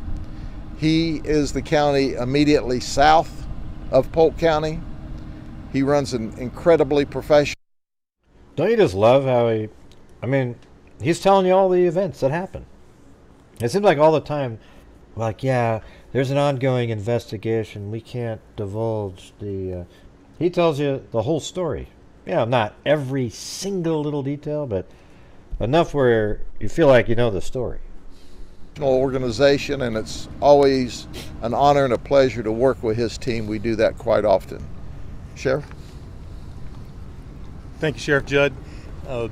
Just to reiterate some things that Sheriff Judd said, an initial traffic stop was initiated in the Highlands County area north of Avon Park. That was about 10:45, 10:46 last evening, so that would have been Thursday evening, June 29th. The deputies initiated that traffic stop under the suspicion that the driver was possibly under the influence, and that's why the initial traffic stop was attempted. That pursuit led towards to the north towards Polk County, and then to the Frostproof area here on Scenic Road. We certainly want to appreciate and say thank you to the Polk County Sheriff's Office for their assistance in helping us get this individual off the streets, and certainly a lot of accolades go out to the crisis negotiation team for their efforts in getting this man to give up. Absolutely resulted in the saving of one hostage, and we certainly do appreciate that. And it's always a pleasure to work with the Polk County Sheriff's Office and under the leadership of Sheriff Judd. So thank you very much. Do we have a relationship between the hostage and the suspect? Not yet. We know, I think it's safe to say that they're friends. Are they married? We don't think so. Are they actual partners? We don't know. We'll release that information when we know it. And she was able to get out unharmed, no injuries? She was able to get out because of the work of our hostage negotiation team. And finally, apparently he needed or wanted water that bad. And quite frankly, we tried to bait him out of the vehicle so we could take him into custody by putting water around so he could see it, hoping that he would leave the vehicle himself. But finally he let her come out long enough to get the water. That's when we grabbed her and escorted her to safety. The booking photo you have, any insight on prior arrests? Yes, he has 16 previous felony arrests. He has 13 previous misdemeanor arrests. He's been to state prison one time for a violent crime. He's got a litany of violent arrests as well as drug arrest. And once again, you all have heard this before, I'll not quit saying it. I'm sick to my stomach of there being a narrative that's spread across this nation by a few people saying that that drugs are low level and non-violent. They were anything but low level or non-violent last night. My mom would love this. So at the end of the day, for those who continue to say that to the community, I certainly hope the community members look at them and recognize them for fools that they are by saying such a thing. Do we know if he was a gang member? Did he have citizenship? We have no indication on his citizenship or his gang status at this time. Once again, we're early into the investigation. All of our investigative teams are here now, and that's information that we will determine and release whenever we get to that point in the investigation. SWAT team member Yates, how long has he been a member, and if you can tell us anything about He's been with the sheriff's office about 3 years. He's actually a probationer on the SWAT team. I would say that he did a remarkable job. After he was shot this morning, he continued to stay in the gunfight. That's the kind of man he is. That's the kind of SWAT team that we have. They kept the fight going because they were bound and determined that this guy was not going to hurt. He's just like the guy at the Allen, Texas mall shooting. That guy just went right into it. He's obviously, I mean, he seemed like he was pretty scared, but that's where heroes are, is when you're scared and you still go do it. You know, that's the thing. There's nobody that's not scared to run into a gunfight. You know, I mean, everybody's scared, but it's the ones that don't freeze and, you know, get into the gunfight.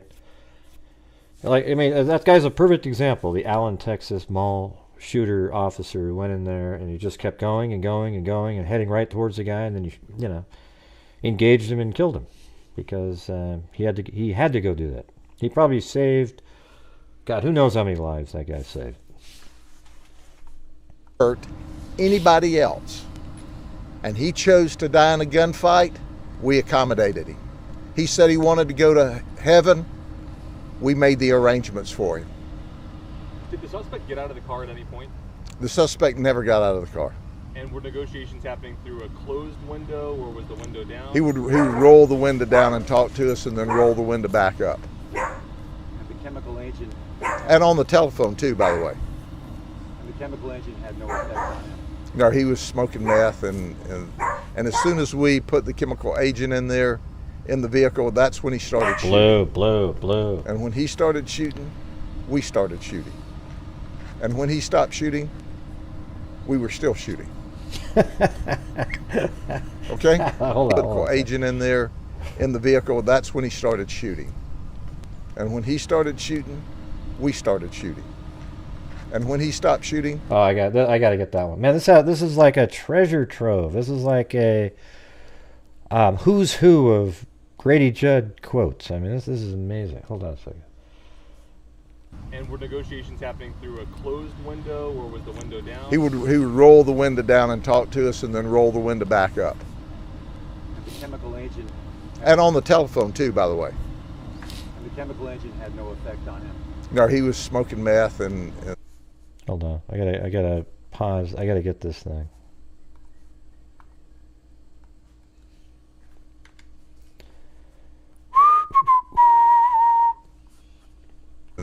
And as soon as we put the chemical agent in there, in the vehicle, that's when he started shooting. And when he started shooting, we started shooting. And when he stopped shooting, we were still shooting. Okay? Sheriff, can you explain the cars? I know the... Oh, man. Who doesn't want this guy to be their sheriff? Suspect's car. What are the other two cars? The black one and the red truck here. So the red truck is one of our lieutenant's vehicles. The SUV is a Highlands County Sheriff's Office vehicle. That's where our deputy was shot. He was on the advance team there, and obviously you see our SWAT vehicle that was engaged as well. But it was a heck of a shootout for a few minutes. This guy, he was so jacked up on meth, he stayed in the gunfight because of his hyper drug-induced state for certainly a few seconds longer than we ever anticipated that he could. And the SWAT vehicle, is that the officer's gear over there?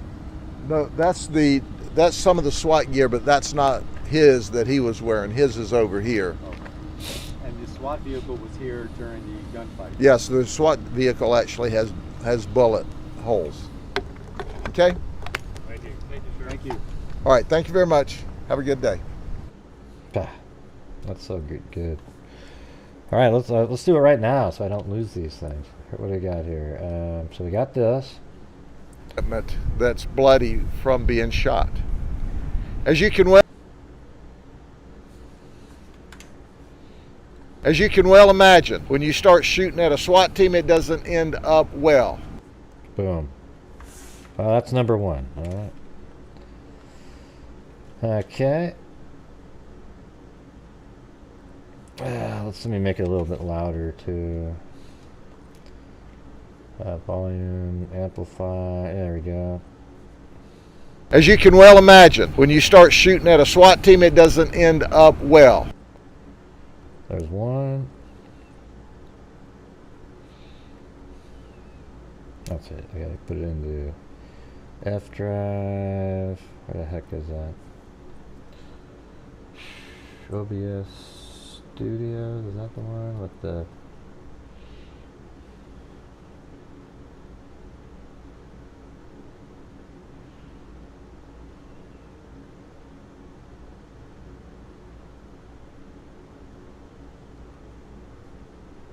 Soundboard, audio. Okay, there we go. We'll call that one. Let's put one. Doesn't end well. Okay, there's one of them.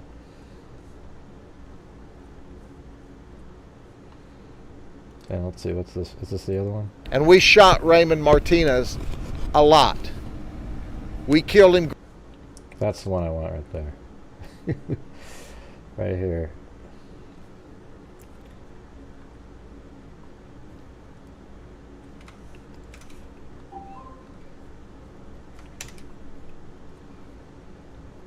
We killed him graveyard dead. Yeah, I think I need a little bit more of the right there.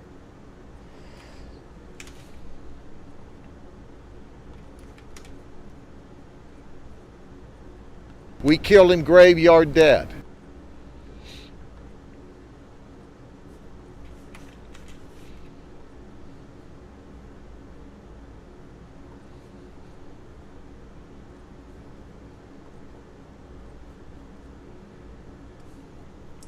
This one will be number 2.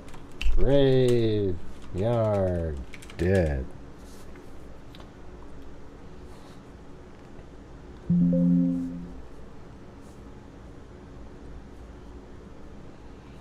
Alright, what's this one? We gave him exactly what he asked for after negotiating and trying to de-escalate him for hours. Okay, then this one. But when you have a gunfight with a SWAT team, you lose.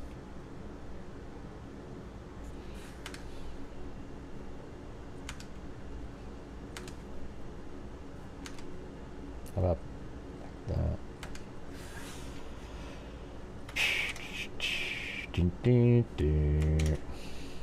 When you have a gunfight with... But when you have a gunfight with a SWAT team, you lose every time. Oh man, it cut off something.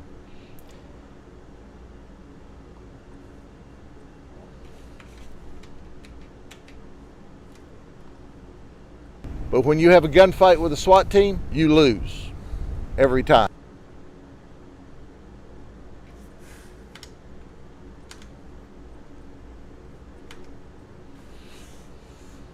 But when you have a gunfight with a SWAT team, you lose every time. I don't need that one. I like this last one here. And in there, in the vehicle, that's when he started shooting. Yeah. This is the one of the good ones. And when he started shooting,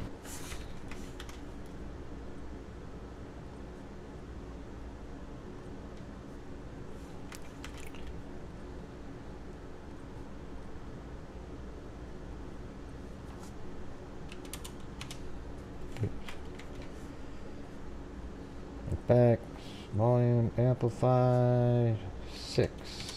That should be good. and when he started shooting, we started shooting. And when he stopped shooting, we were still shooting.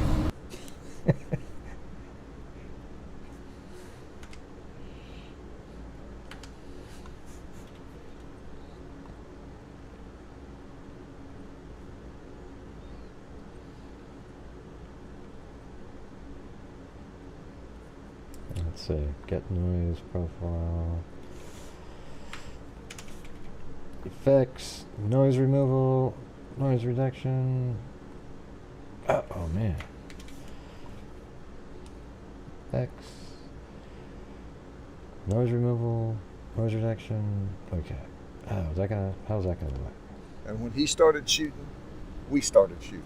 Nah. That's probably okay just like this. And when he started shooting, we started shooting. And when he stopped shooting, we were still shooting. Actually, I like it with the little bit more space in that part. All right, one more time. And when he started shooting, we started shooting. And when he stopped shooting, we were still shooting. That almost sounds like like it was something out of a movie or something. I don't know.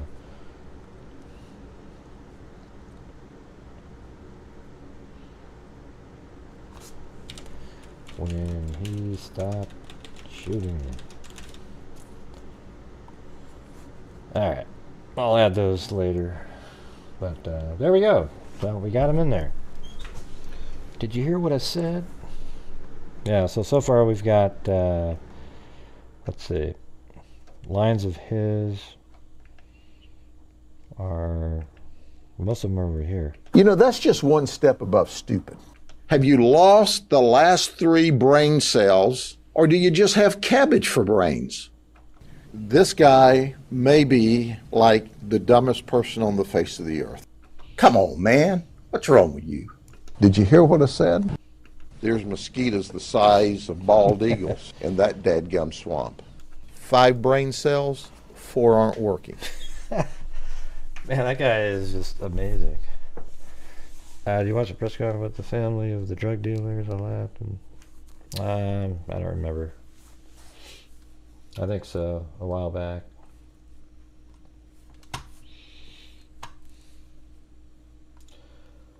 Okay.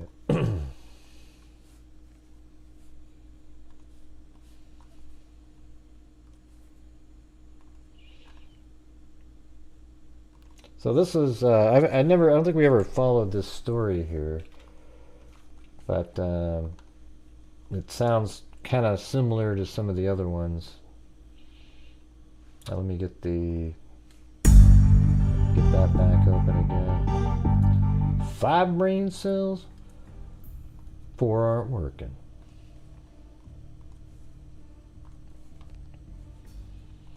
And this was the story of Lisa Hazard, who was missing.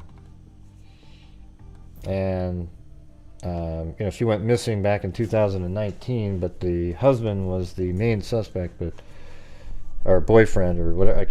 I think it's the husband, if I remember right. But anyway, it says the Bristol County District Attorney said Friday, "Hey, thanks, Cheryl Bullock."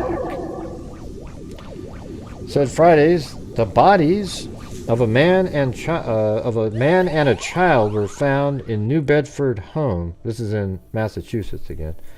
The crime scene appeared to be connected to the 2019 disappearance of Lisa Hazard of Fall River. We're also keeping our eyes on a big breaking news story. Yeah, it's out of New Bedford. An 8-year-old boy and his father are dead in what the Bristol County District Attorney's Office believes is a case of murder-suicide. Yeah, but this goes a lot deeper. Yeah, the man has been a focus of investigators since the boy's mother disappeared. Yeah. In 2019. NBC 10's Joanna Boris is working the story on Phillips Road where the bodies were found. Joanna? Yeah, so I think we do have this location. So where she's talking is right here. Apparently this is the boyfriend's house at the time. And he's actually in news conferences and so forth. But just recently they served a search warrant, and I think he thought that the walls were coming in, and then he killed himself and his kid. So that's that house right there behind her. The district attorney says investigators were here 2.5 weeks ago with a court-issued search warrant on the home as part of their continued investigation into the disappearance of Lisa Hazard. They returned here early this morning. Detectives have been going in and out of this taped-off home at 1643 Phillip Road in New Bedford all day. Bristol County District Attorney Thomas Quinn says family members had asked police to check on loved ones here earlier this morning. But what they found is tragic and heartbreaking. It appears from the evidence that has been recovered. I never liked the word tragic and heartbreaking for stuff like that. I like words like barbaric and... But at this point, to be a murder-suicide. Quinn says the bodies appear to be an 8-year-old boy and his father, George Scott III. He says several knives were collected from the home as evidence, and there appears to be serious injuries to the boy's body. So the evidence points to him being the assailant and killer of the child. Hey, thanks, Kristen, for the Cash App. Thank you. At this point. Quinn says Scott is a person of interest in the April 2019 disappearance of Lisa Hazard, the boy's mother. As part of this investigation, detectives executed a court-ordered search warrant. Court-issued search warrant approximately 2.5 weeks ago at the address across the street, 1643 Phillips Road. But what they found... search warrant. So you hear this part right here, watch. The boy's mother. As part of this investigation, detectives executed a court-ordered search warrant. Court-issued search warrant approximately 2.5 weeks ago. Okay, so there was a warrant issued 2.5 weeks ago in the investigation of missing Lisa Hazard. At the address across the street, 1643 Phillips Road. But what they found has been sealed by the court. The NBC 10i team highlighted Hazard's disappearance last November. Yeah.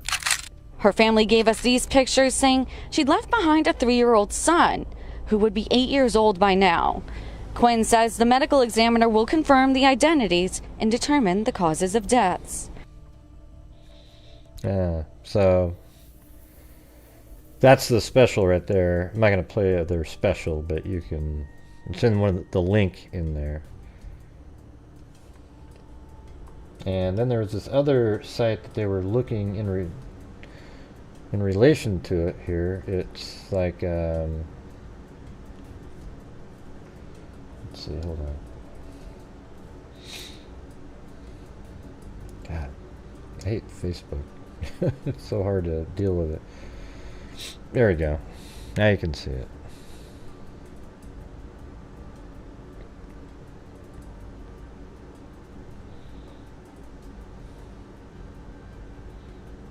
Yeah, so apparently this is like in some spot called Poor Farm.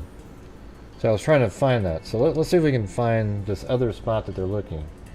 So it says, reportedly state police are searching an area of the Poor Farm in New Bedford. So when you type in like Poor Farm, New Bedford, it does show it's like a preserved town of New Bedford purchased 75 acres of Clark's Point. So let's see if I go to like Clark's Point here. Should be south. Yep, there we go. Wow, so it's way down here. Is that really where that is? Huh. So let's see if we can find that spot then.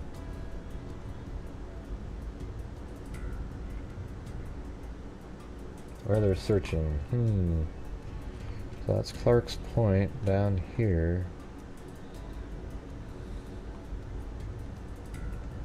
I wonder if they're searching over in this area. Let's see. Ah, you can't get there.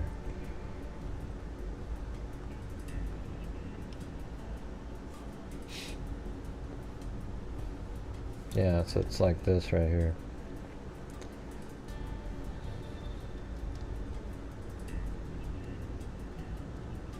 Right, that would have been a good one. There's a house there. Pretty wooded. Let me go back to this part. Okay, so there's like a hill and then it goes down. Almost looks like the ocean or something. It's in the background.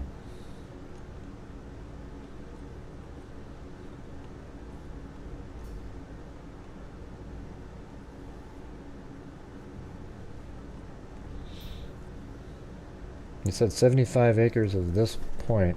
So I'm just guessing. They said it was south in the town, and that's about as south as you can get. Although this is south also. But that's not this area that they suggested right here, Clark's Point. That's right.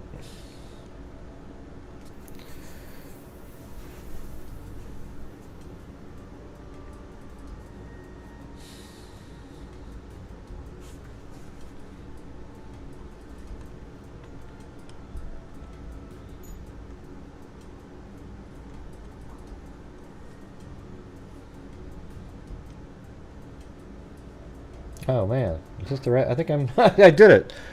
Oh man, I just had a one. You know those 1 in a million things where you just pick the right spot. Look at this. Watch this. Ah, that's amazing. This is one of the boom moments here. Watch this. See that? There's the house. There's the tree that's right there, and you can see that it kind of goes over. I looked at it because it was going to the ocean. And then one of the other things I was looking at from the air is look at all these cracks in the street that they're fixing, and look at on the ground right there. Look at that. Isn't that crazy? I'm getting to the point where it's becoming easier to just find stuff like that. So they're searching around. Man, that was crazy. Out of all these streets, I just went right to that one. So let's see if we can figure out where they're looking on here then. Can I get a boom chakalaka? Yeah, and those are those little wooden stumps that they're standing next to. I can see them right there. See? The police are standing right next to those. Okay, and then so where is this part? Let's turn around. No. So it's probably, I don't know where that is. That little path off of that, maybe? There, I'm going to put one down there. That was so crazy. Went right there and I looked up and there's that white house.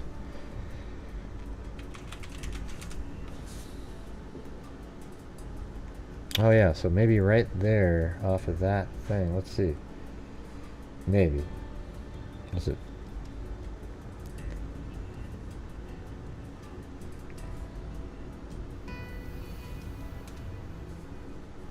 Oops.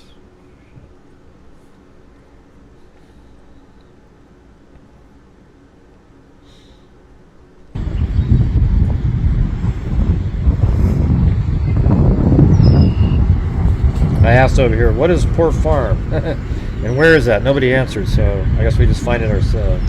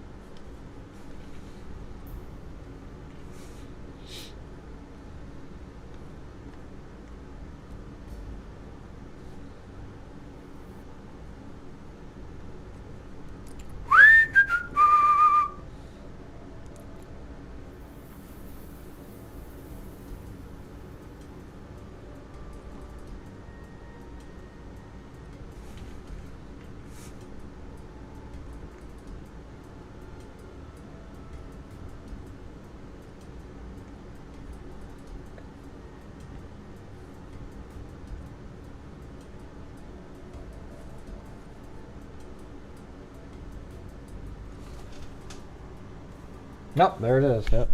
All right. So I think this house right there is this house, right? And you can even see the same trees. This tree is this one. That one is this one, but different time of year. I can't see the tree, the big bulky one behind it, but you know, that could have easily been, but it makes sense too. Let me just look at that again. Maybe make sure. So is it that road that they're standing on? They're over here in the park? I don't know, man. That looks exact. That if that's not the same house, that'd be incredible. It doesn't have the tree behind it, but it has this exact same windows, the color, the tree there's in the same spot. Does it have the... Yeah, but where's also that bush? Man, where's this stuff? So is that like way far away maybe? Or let me go up in the air here.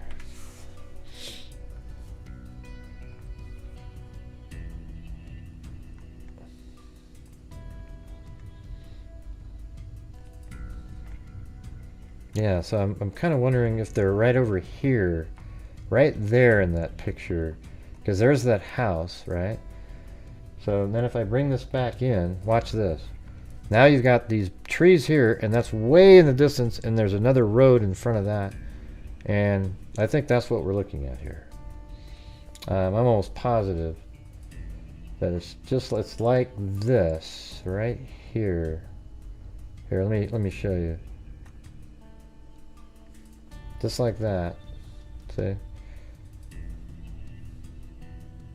Because that's the same house, and the trees are... Oh, now you can see a tree behind it. See that? Isn't that awesome? Now you can see that tree now, even though in this one it is, but when you were too close to it, you couldn't see over the top of it because of the angle that you were at. So that's it, right? So that's this house, and then there's this little dirt path over here. There's that one, and there's that tree now is behind it. When you got close to it, you couldn't see it. So you were right over here on the ground, and when you try to look over it, you can't see it, but behind there's something. Okay, so that means that the police were searching in this little area. So right here, another search spot. Let's see if we can get the exact spot where they're looking around in the ground there. That's to the right. Okay. Let's look at that again.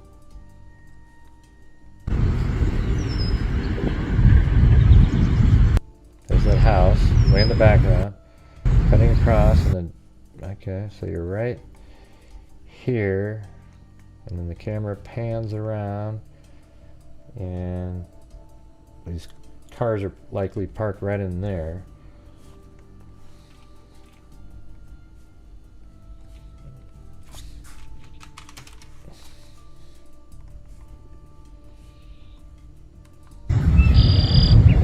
Oh, they're looking back in the woods right over there.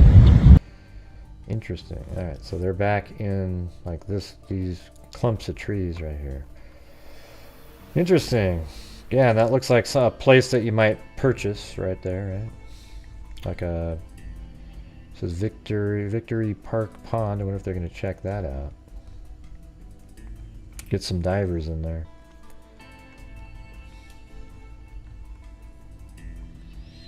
So anyways, it sounds like the individual, the police were onto him. And the thing is, I guess what I'll do is I'll show you some of the video that was in the other link down there, like this one. Team report. Lisa. She was staying. That's the guy right there. Because that's where her son was living. That's where she was the night of her disappearance. Yeah, so apparently they thought he was a suspect the whole time. Of course, you know, she was a great mom. Lisa. Look at what he does when he says he's a great mom, but he looks away. A great mom. Yeah. Bob was closer to home. She infatuated with her son, of course. You know, she was a great mom. Lisa's son, just 3 years old, when she vanished. Mother's Day, you know, that's really uncharacteristic of Lisa. because she's always been all about the family, you know, especially her. Huh, yeah, so, you know, this guy killed himself and their kid, and because they were onto him. I mean, that's likely what the reason is. I guess you could say he was just really depressed, but I doubt it. So that's that story. Crazy, huh?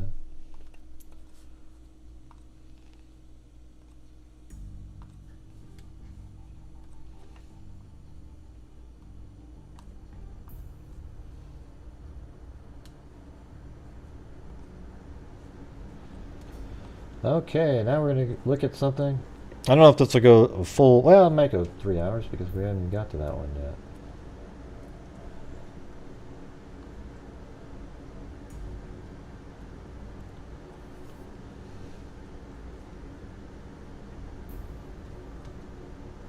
Okay, the Matthew Nilo. So here's what was interesting. Remember we covered Matthew Nilo, the serial rapist? The accused serial rapist? And then we went back in time and we were looking at these articles a few weeks ago. Looking down here, it was right here. 3 attacks on women linked to one suspect. State police officials warning the public to be careful, be cautious. I've used forensic evidence to link a pair of sexual assaults on the Esplanade and another near a South Boston park to the same suspect. We don't want to go into great detail on what forensic evidence is, but the forensic evidence is concrete, and it's obvious that these 3 cases are connected. State Police Colonel Mark F. Delaney said during a press conference yesterday outside the department's South Boston barracks. Police released a composite drawing of the suspect who was at large, but they did not elaborate on the forensic evidence. Fox 25 News reported that police connected the crimes through DNA testing.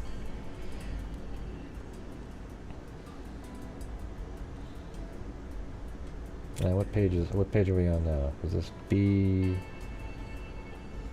so 17.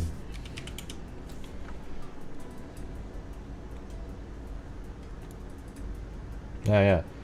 So there's the drawing of the person. State police said that the latest attacks occurred about 4 a.m. July 29th when a woman in her 20s was abducted at knife point near Beacon and Hereford Streets in the Back Bay and was forced across a footbridge to the Esplanade, where police said she was sexually assaulted and robbed of her cell phone, money, and camera.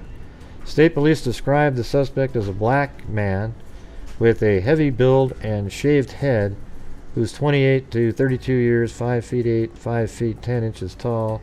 You know, this guy, he isn't a black person, though. The same man is suspected of sexually assaulting a female jogger on the Esplanade near Massachusetts Avenue. And you look at this. I mean, it's so weird. There was all these different assaults back then, all right? So I'm not going to go through this whole article. And then you go to this other article here where it says, woman raped in East Boston, police say. A woman was raped early yesterday. This is 2007, August 22nd. That first one was August 8th. The woman, whom police did not identify, did not know exactly where the rape occurred, police said.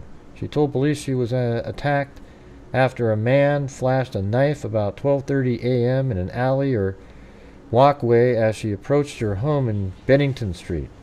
After the assault, she fled to her home and called police. She described the man as being between 18 and 20 years old, about 5 feet 8, with olive skin, a long black ponytail and earring in his right ear. At this point, we do believe it's an isolated incident. Well, it wasn't, said Elaine Driscoll, a police spokeswoman. However, it's imperative that women remain vigilant at all times, try not to walk alone, and dial 911 immediately if they feel uncomfortable or see something suspicious. Police would not provide any other information. By August 19th, there were 12 rapes or attempted rapes in East Boston. This year, 6 fewer than during the same period last year. Let's see, you have that one. Then on September 4th, the same year, 2008, a year later. So now we got, this is all, everything starts to be put together here, but it says, police have linked 3 sexual assaults through DNA testing indicating a rapist could be on the prowl in the downtown and Charleston areas. Those rapes follow several attacks that occurred in the North End earlier this year.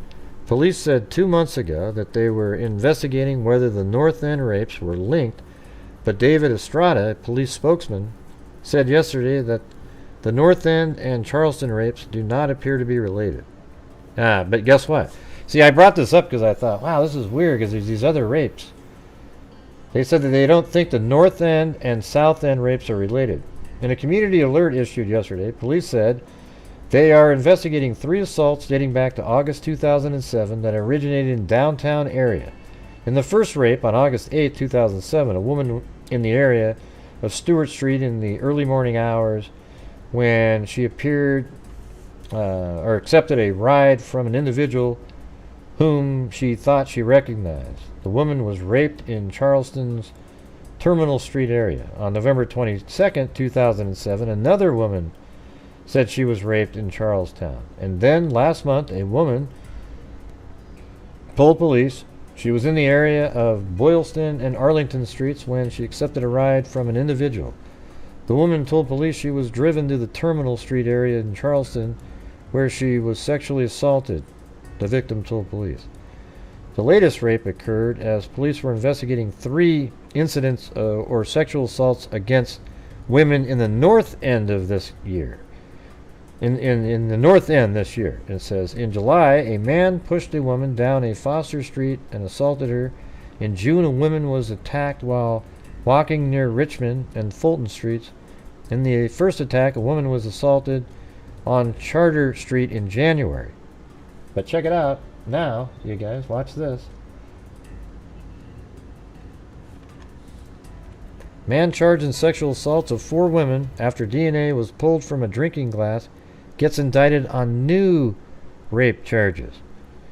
Matthew Nilo, a Massachusetts man who was charged in sexual assaults of 4 women after DNA was pulled from a drinking glass, was indicted on new rape charges stemming from sexual attacks that happened between 2007 and 2008. The charges stem from 5 attacks on 4 women that happened in the North End. See, these are the new charges. The North End, the one we were talking about last week. He did those. Or not last week, but when we first started talking about this. The charges stem from 5 attacks on 4 women that happened in North End neighborhood of Boston, the release said. Nilo's previous charges related to events that happened around Terminal Street in Charlestown. Nilo now faces additional charges of rape.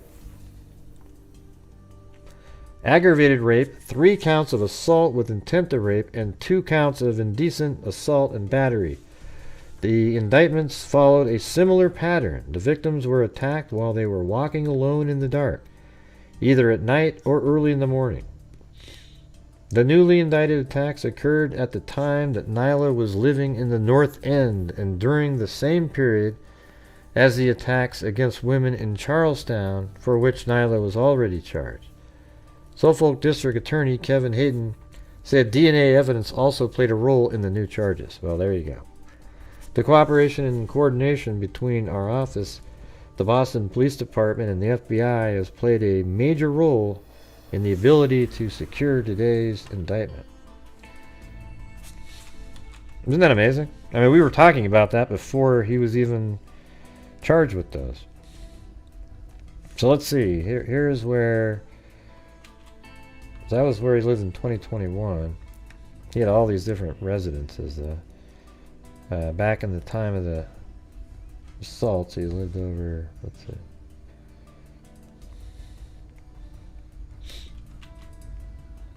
Right, so look at this. See, he lived over here in 2017-22, then 2007 in August well, these are different, the assaults though that happened. So let me see. Where did he live at the time? No, those are his addresses. Yeah.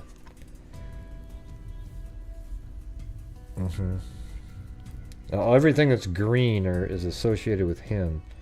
So he lived over here, here, here. So this is probably when he was living on the North End. and then there was a tax over here. That's pretty wild. It's weird that we were looking at them, but they said that they weren't related, and now those same ones that we were looking at are related, right? So what else we got here?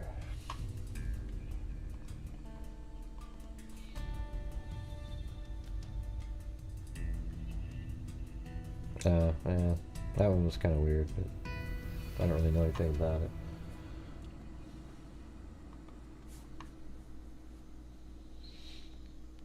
Oh, here's the... Okay, you remember that lady who killed the girl, and then he killed she killed her boyfriend's ex-wife's child and put her in a bucket.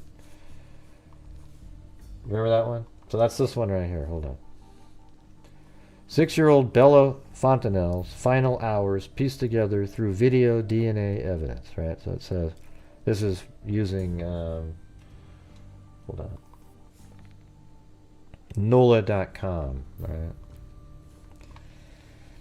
When Bella Fontanelle's 7-year-old sister awoke the morning of April 26, she was elated to find that she had been paid a visit by the Tooth Fairy. Footh Fairy. She couldn't wait to share the news with their little sister, Bella, a Jefferson Parish Sheriff's Office homicide detective said Thursday. But when father and daughter walked into Bella's room in their Harahan home, the child's bed was empty. He thought she might be hiding, Detectives Anthony Bouton said of Bella's father. He checked the comforter, and she was not there. They checked inside and outside the residence. Sadly, the frantic search for 6-year-old Bella ended. You guys remember this one? I mean, I think I can find it here.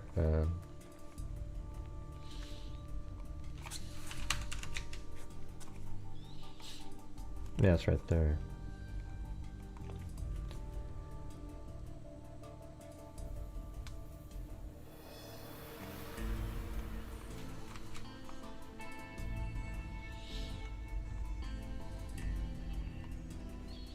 Yeah, it was right here.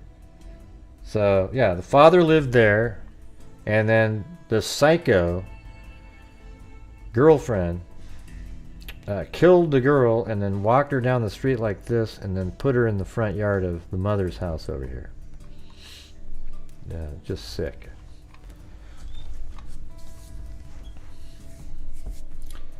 So he thought she might be hiding. Sadly, the frantic search for 6-year-old Bella ended at 7:30 a.m. when police discovered the little girl her battered body stuffed into a bloody 12-gallon chlorine bucket that had been left a few blocks away in front yard of her biological mother's home. Authorities said Bella had been beaten, strangled, and discarded by her father's live-in girlfriend, Bunak Hannah Landon, 43. Yeah, let's show you that. And this is her right there. And look at that. That's her wheeling the freaking cart down the road with there's a kid inside. Bella is inside that bucket right there. I mean, what a psycho. Jesus.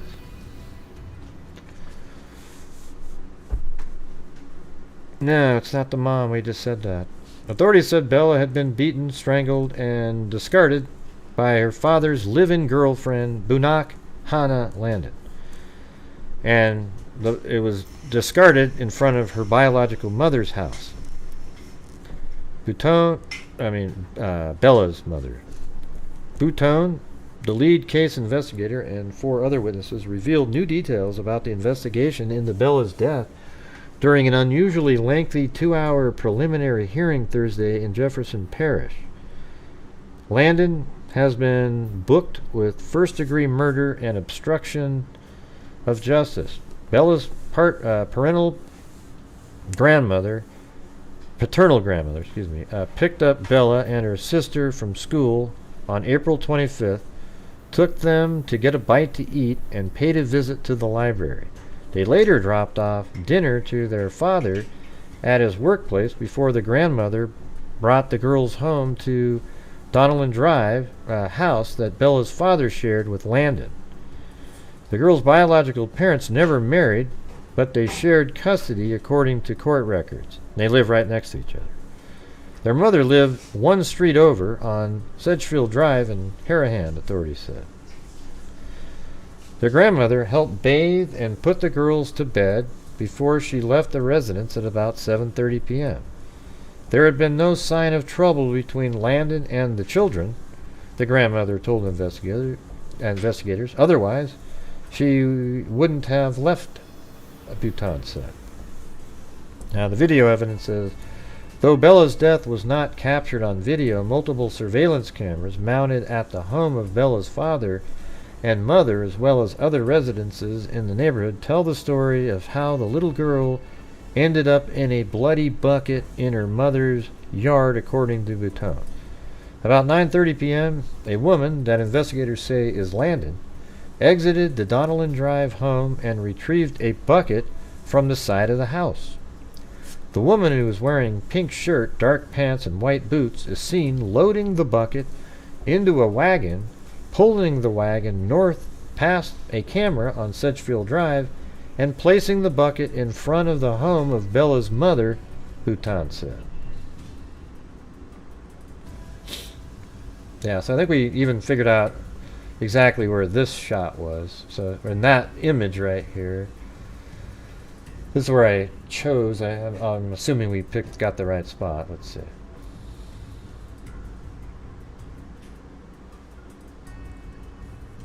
Yeah, let's see. Was it this direction?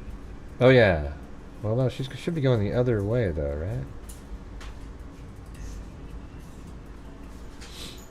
I can't remember now what we're looking at. Let me see if I got it backwards. That's the mother's house. So if she's heading towards the house, it should be facing like that, right?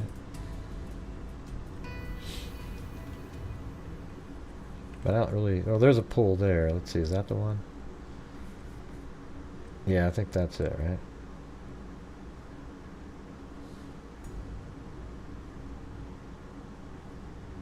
Yeah, it's a little bit more... I wonder if it's this further one down there.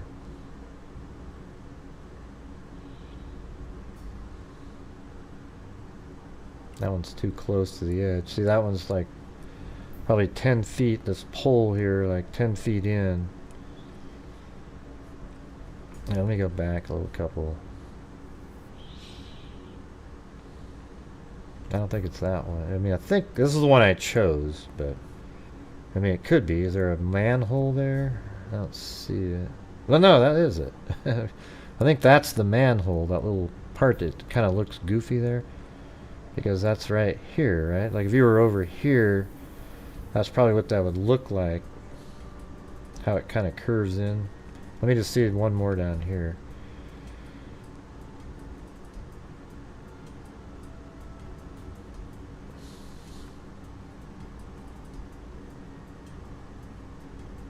Yeah, that driveway is too narrow. Let me just try one more down. There's only a couple of them.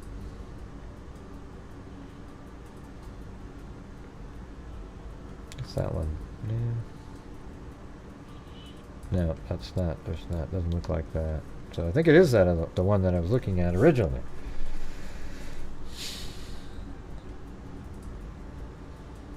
That's this one right here. And I bet that's a wide driveway.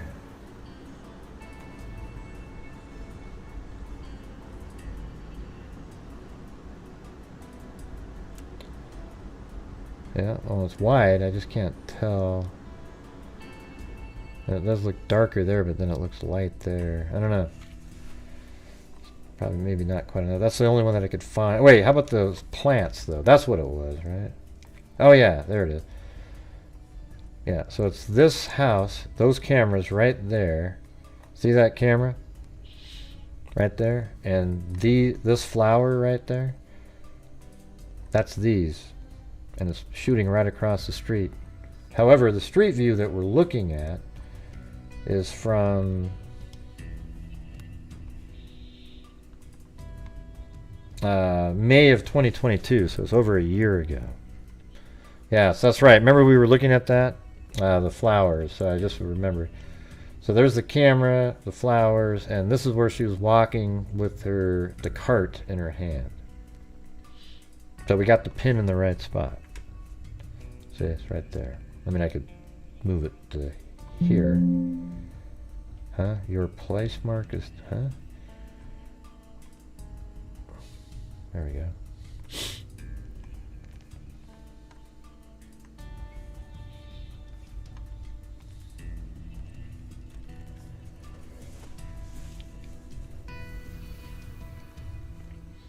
Okay, about 9:30, a woman that investigators say is Landon exited the Donnellan Drive home and retrieved the bucket from the side of the house. The woman, who was wearing a pink shirt, dark pants, and white boots, is seen loading the bucket into a wagon, pulling the wagon north past a camera on Sedgefield Drive, and placing the bucket in front of the home of Bella's mother. The woman then returns with the wagon to the Donnellan Drive house. She leaves again and is seen bearing an object that detectives later determined was Landon's cell phone. So her own cell phone, she buried it in a yard a few houses away. Because the phone was buried, investigators couldn't ping it while they searched for Landon. Landon Butone said.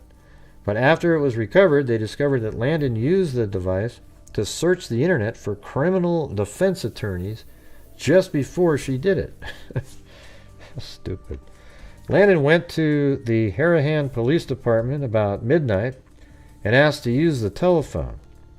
Harahan police officer Logan Barlow testified that Landon told him she had family issues and needed to go hug her mother and grandmother. Landon refused to give specifics about those family issues. Other officers spoke with her for about 2 hours before calling paramedics. She was taken to East Jefferson General Hospital in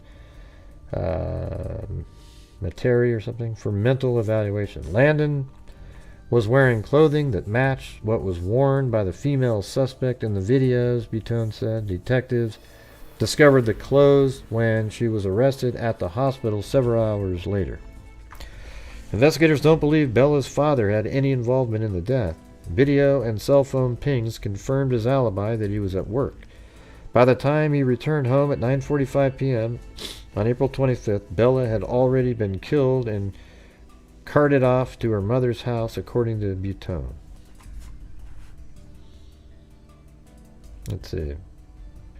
While officers were searching the Donnellan Drive residence, they were notified of a bloody bucket outside of the home of the missing girl's mother. Investigators have since learned that the blood smeared near the top of the bucket belonged to Landon, who had an injury on her left hand. Detectives also found blood evidence in Donnellan Drive home on the kitchen counter. Jesus, what the hell are you doing in there? Did you stab her to death? Dana Troxclair, a forensic pathologist with the Jefferson Parish Coroner's Office, testified that Bella's death was a homicide. The child suffered blunt force trauma to her head and had abrasions and hemorrhaging on her neck that pointed to strangulation. Ugh.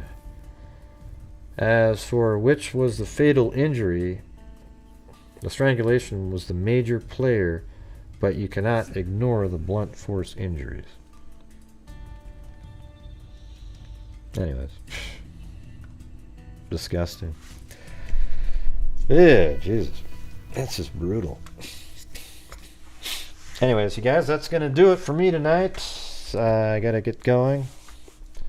Been a long week. Going to go veg out for a little bit. But I really appreciate you guys. You guys are so generous, and I appreciate your support.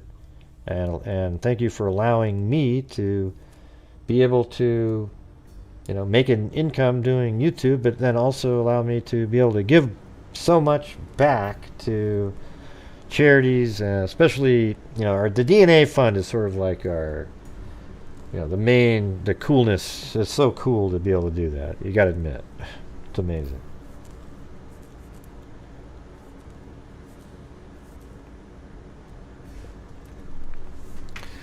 Yeah, I mean, I do. This month I did like 60 shows, so that's a lot.